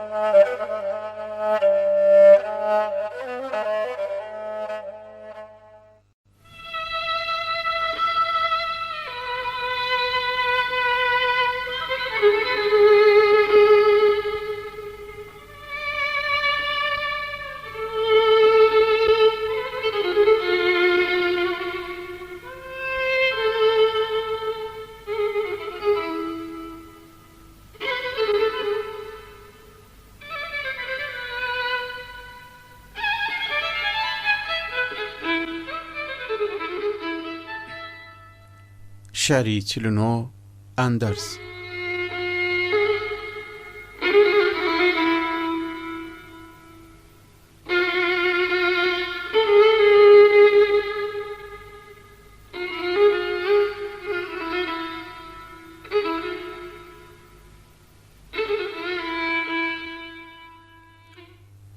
هەرکەس بە هیوای ناپیا و دانیشێ، ئاهی سارد بەدڵ ئەبێ هەڵکێشێ. سەرسام و جێژ و وڕ و نەفامە، ئەوی کەتانەی سۆرەی نێشێ. بێگانە نابێ بە دڵسۆزی تۆ، ئەشکێی بە تەمای ئەو بی ڕەنجەڕۆ. ڕەنجت بێوەرە و کۆشش خۆڕایی، فرسەتی ژینت ئەدەی بە فیڕۆ. تەمادار مەبە کەس بتکا بە پیاو، سەری خۆت بێجێ مەپێچە ناو جاو. ئەگەر ئەفامی و عەقڵت بەجێیە، تێکۆشە تا خۆت ناوت بێتە ناو. ژینێکت بوێ پڕ لە شانازی، خۆت نەدەی هەرگیز لە گوتاربازی. تێکۆشە و بڕۆ و مەرد و مەردانە، نەخڵەتێی بە ماڵ مرد و بنازی. مەڵێ من خانم یا شێخ و میرم، خەڵکی نەزانە و تەنیا من ژیرم. ئەمڕۆ کە تێرم بۆچی تێکۆشم، ڕازقی هەندێک گەدا و فەقیرم. ئیتر بۆ کارکەم بۆ خۆم ماندووکەم، بێڵە ڕابوێرم هەر هات و چووکەم. بۆ لە ماڵ بۆ خۆم نەخۆم و بنووم، بۆچی ڕەنج بدەم بۆ کون و کۆکەم. وەڵام ئیمتیلاءەکەی نەخۆشەکەوی، ئەگەر هەر خەریک خواردن و خەوی. لێت ئەبێ بە دەرد خەو و خواردنت، تەمبەڵی ئەتکا بە پینەی زەوی. هەڵسە تێکۆشە و کارکە و بنۆشە، لە پاش ماندووبوون پشودان خۆشە. ئارەق بڕێژە و پەلاس لەبەرکە، کارت تەواو بوو حەریر بپۆشە. تەمبەڵی کاکە دەردێک گرانە، ئیشی دێوانە و جێژ و نەزانە. ئەوی کە پیاو بێ ئەبێ تێکۆشێ، بۆ بەختەوەربوون مرد و مەردانە. هەستە ڕاپەڕە کاکە بێپەروا،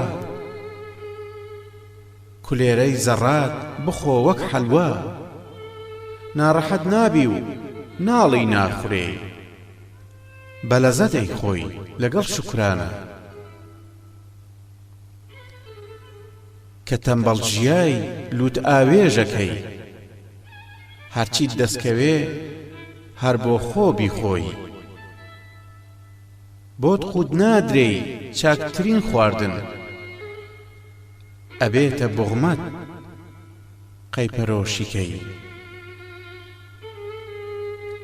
خۆت هەڵنەچێشی هەر خۆت حسێبکەی، لە زانا و نەزان تانە و تەشەردەی.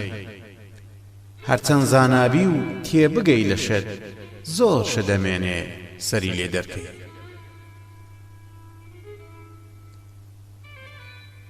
گەرزانیاری تۆ بوو بێ بە دەریا، یەقین کەمێکیش وشتی هەر هەتیا.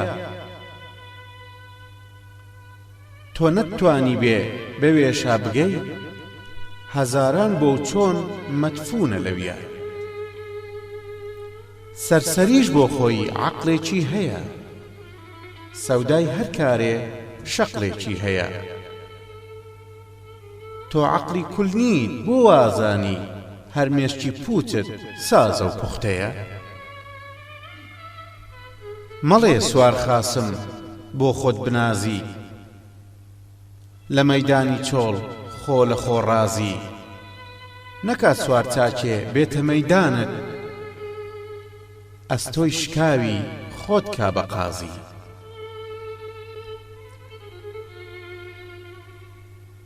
چاک تێدگەێنێ کە کۆڵی سواری هیچت لێ نایێ هەر بەدەم هاری زەنگت بزڕێنی چاک بتکا بە پەن لە شار و دێدا باش بتکا دیاری خۆت مەدە هەرگیز بەدەم هەواوە وەکو قنگلاشک بەو تەمەناوە بەڵکو بتخانە پەناو بنبەردێ ڕزگار بی بەدەست جەوری دنیاوە خۆت شلکەی لەبەر چەپۆکی پێشهات هەر بڵێی بابێ هەرچی هات خۆش هات پێم بڵێ بوون و نەبوونی تۆ کوا ئەر هەر نەهاتێ هات و سەرکەش هات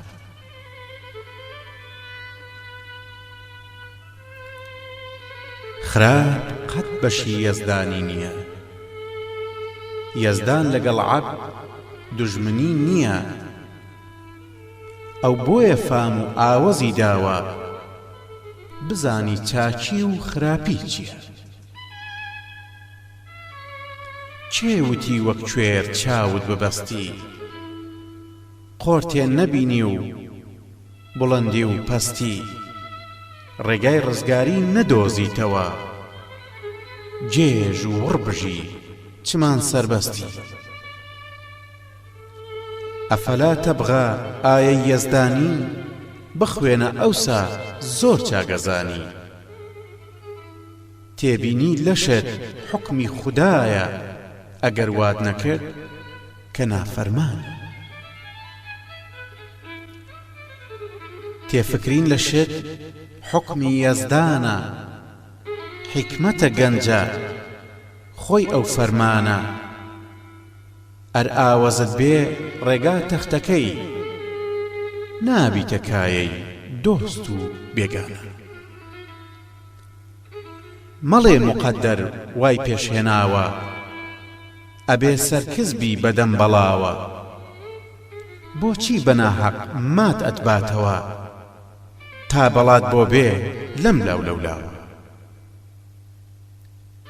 هیمەتی مەردان کێو لە بندێنێ ڕیشەی بەدبەختی ژیانە بسێنێ جەهەنەمەکا بە باغی بەرین پشتی نەدامەت وەک شێرەشکێنێ نابینی مێرووی لاوازی بێتین کاتێکە مەزرای جیهان ئەبێشین دانە ئەکێشێ و ئەیباتە لانە تەن ناکاشی چوارلای ژینی خۆی سازگار دەکا ڕزقی شەژمانگەی خۆ ئەمبارەکە نابەزێلەکە هەر تێکۆشێ لە سەرمای زستان خۆ ڕزگارەکە چاک بگرە لە گوێ پەند و ئەندەرزم بیر و ڕاو ڕاوێژ بە جێگا و بەرزم هێژا دڵسۆزی تۆیە بەڕاستی بە چاکیت بێشک شاد و سەربەرزم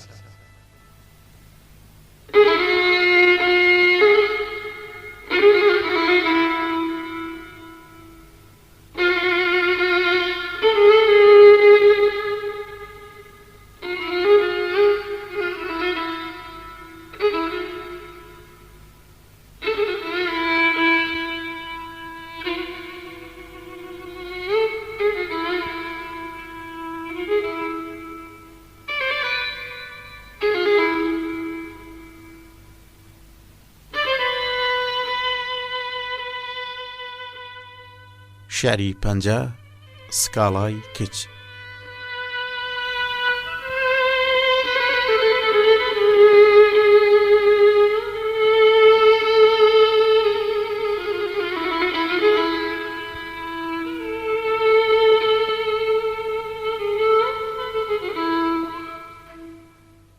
هەیدا هەی بێدا دۆست و بێگانە ئیشم کەس کونە و دەردم گرانە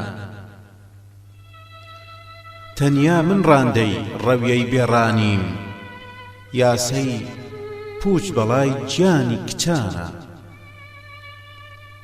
من لەناو گوڵگەشت بەهاری جوانی نازک و تەرجێک چوزە و جەوانە هێمان خەڵفی خام خونچە نەکردوو بۆ کەومە بەرشی قەمچی زەمانە من چی و مەیدانی گورز و قاوی پوچ بۆ سزام بدەن بەخوا تاوانە تەقسیرم چییە گوناهم کوانێ ئەمە کەی ڕەویەی دین و ئیمانە قوتابیم زرەنگم بۆ خۆمە خوێنم بۆ دەرم بێنن لە مەکتەبخانە ستەم تابەکەی ئینسافتان کوانێ بۆ داناچڵەچێن بە تیر و تانە لە خوێندن گەڕێم تەرکی زانین کەم تا ببمە هاوسەر شێتی مەیخانە نەکۆی لێو عەبدم نەشێت و مەنگم بۆ لێم ناپرسن کە ڕازی یان نا شیشەی ناموسم لەو سەنگە نادەم نابم بەگاڵتەی خوێش و بێگانە یارۆ هەر شەوێ لە شوێنێ مەستە مەخسەرەی گەنج و پیر و جەوانە خماری گەرد و مەستی شەرابە نیوە شەو وەیلان کوچە و کۆڵانە دایم بێحاڵ و مەنگ و سەرخۆشە کاری عەربەدەی مەستی کێشانە جا کەسێ وا بێ کەی جێی بڕوایە ڕەوای مەخسەرە و شەقتی هەڵدانە هەرچی دوو پێبێ پێیەڵێن ئینسان سەرسەری و بێهۆش هێلکەی شەیتانە لە خۆم و ناڵێم بێبەڵگە و دەلیل مەفادی فەرمان زاتی یەزدانە لێم گەڕێن توخوا با بە کەیفی خۆم لە خەرمانی عیلم هەڵچنم دانە من ڕاوێژەکەم بۆ داهاتووی خۆم قەت تەسلیم نابم هەروە شێتانە خەڵقە حەقدارم توخوا حاڵی کەن ئیجباری بێجێ زوڵم و تاوانە ئەمە کەی حوکمەوە ئەیکەن لە کێچ چڵۆن تەندەردا بۆ ئەو فەرمانە داک و باب توخوا کەمێ تێفکرین کچ مەدەن بەشوو بە کوێر کوێرانە جەحانم بابی شیروان ئاغایە یا پارەدارە یا حوکمڕانە من چاگەزانم داهاتووی شیروان کۆت و زنجیر و گۆشەی زیندانە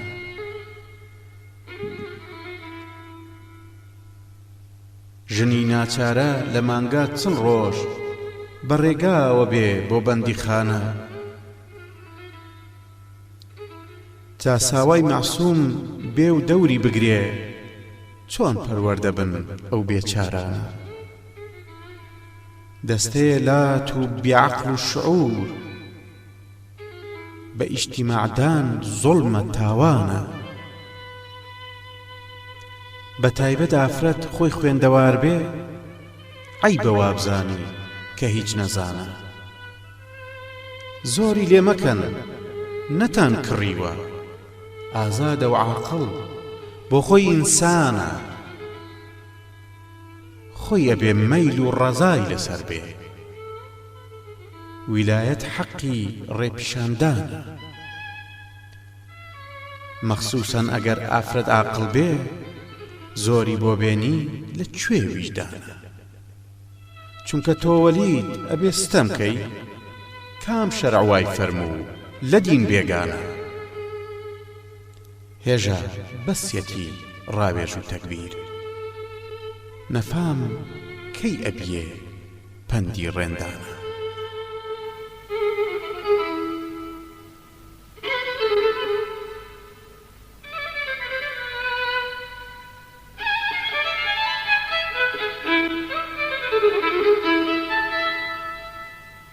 خۆشەویستان لێرەدا هاتینە کۆتایی بەشێک لە کتێبی دیوانە شعری عابد سیراجەدین نەقشبەندی.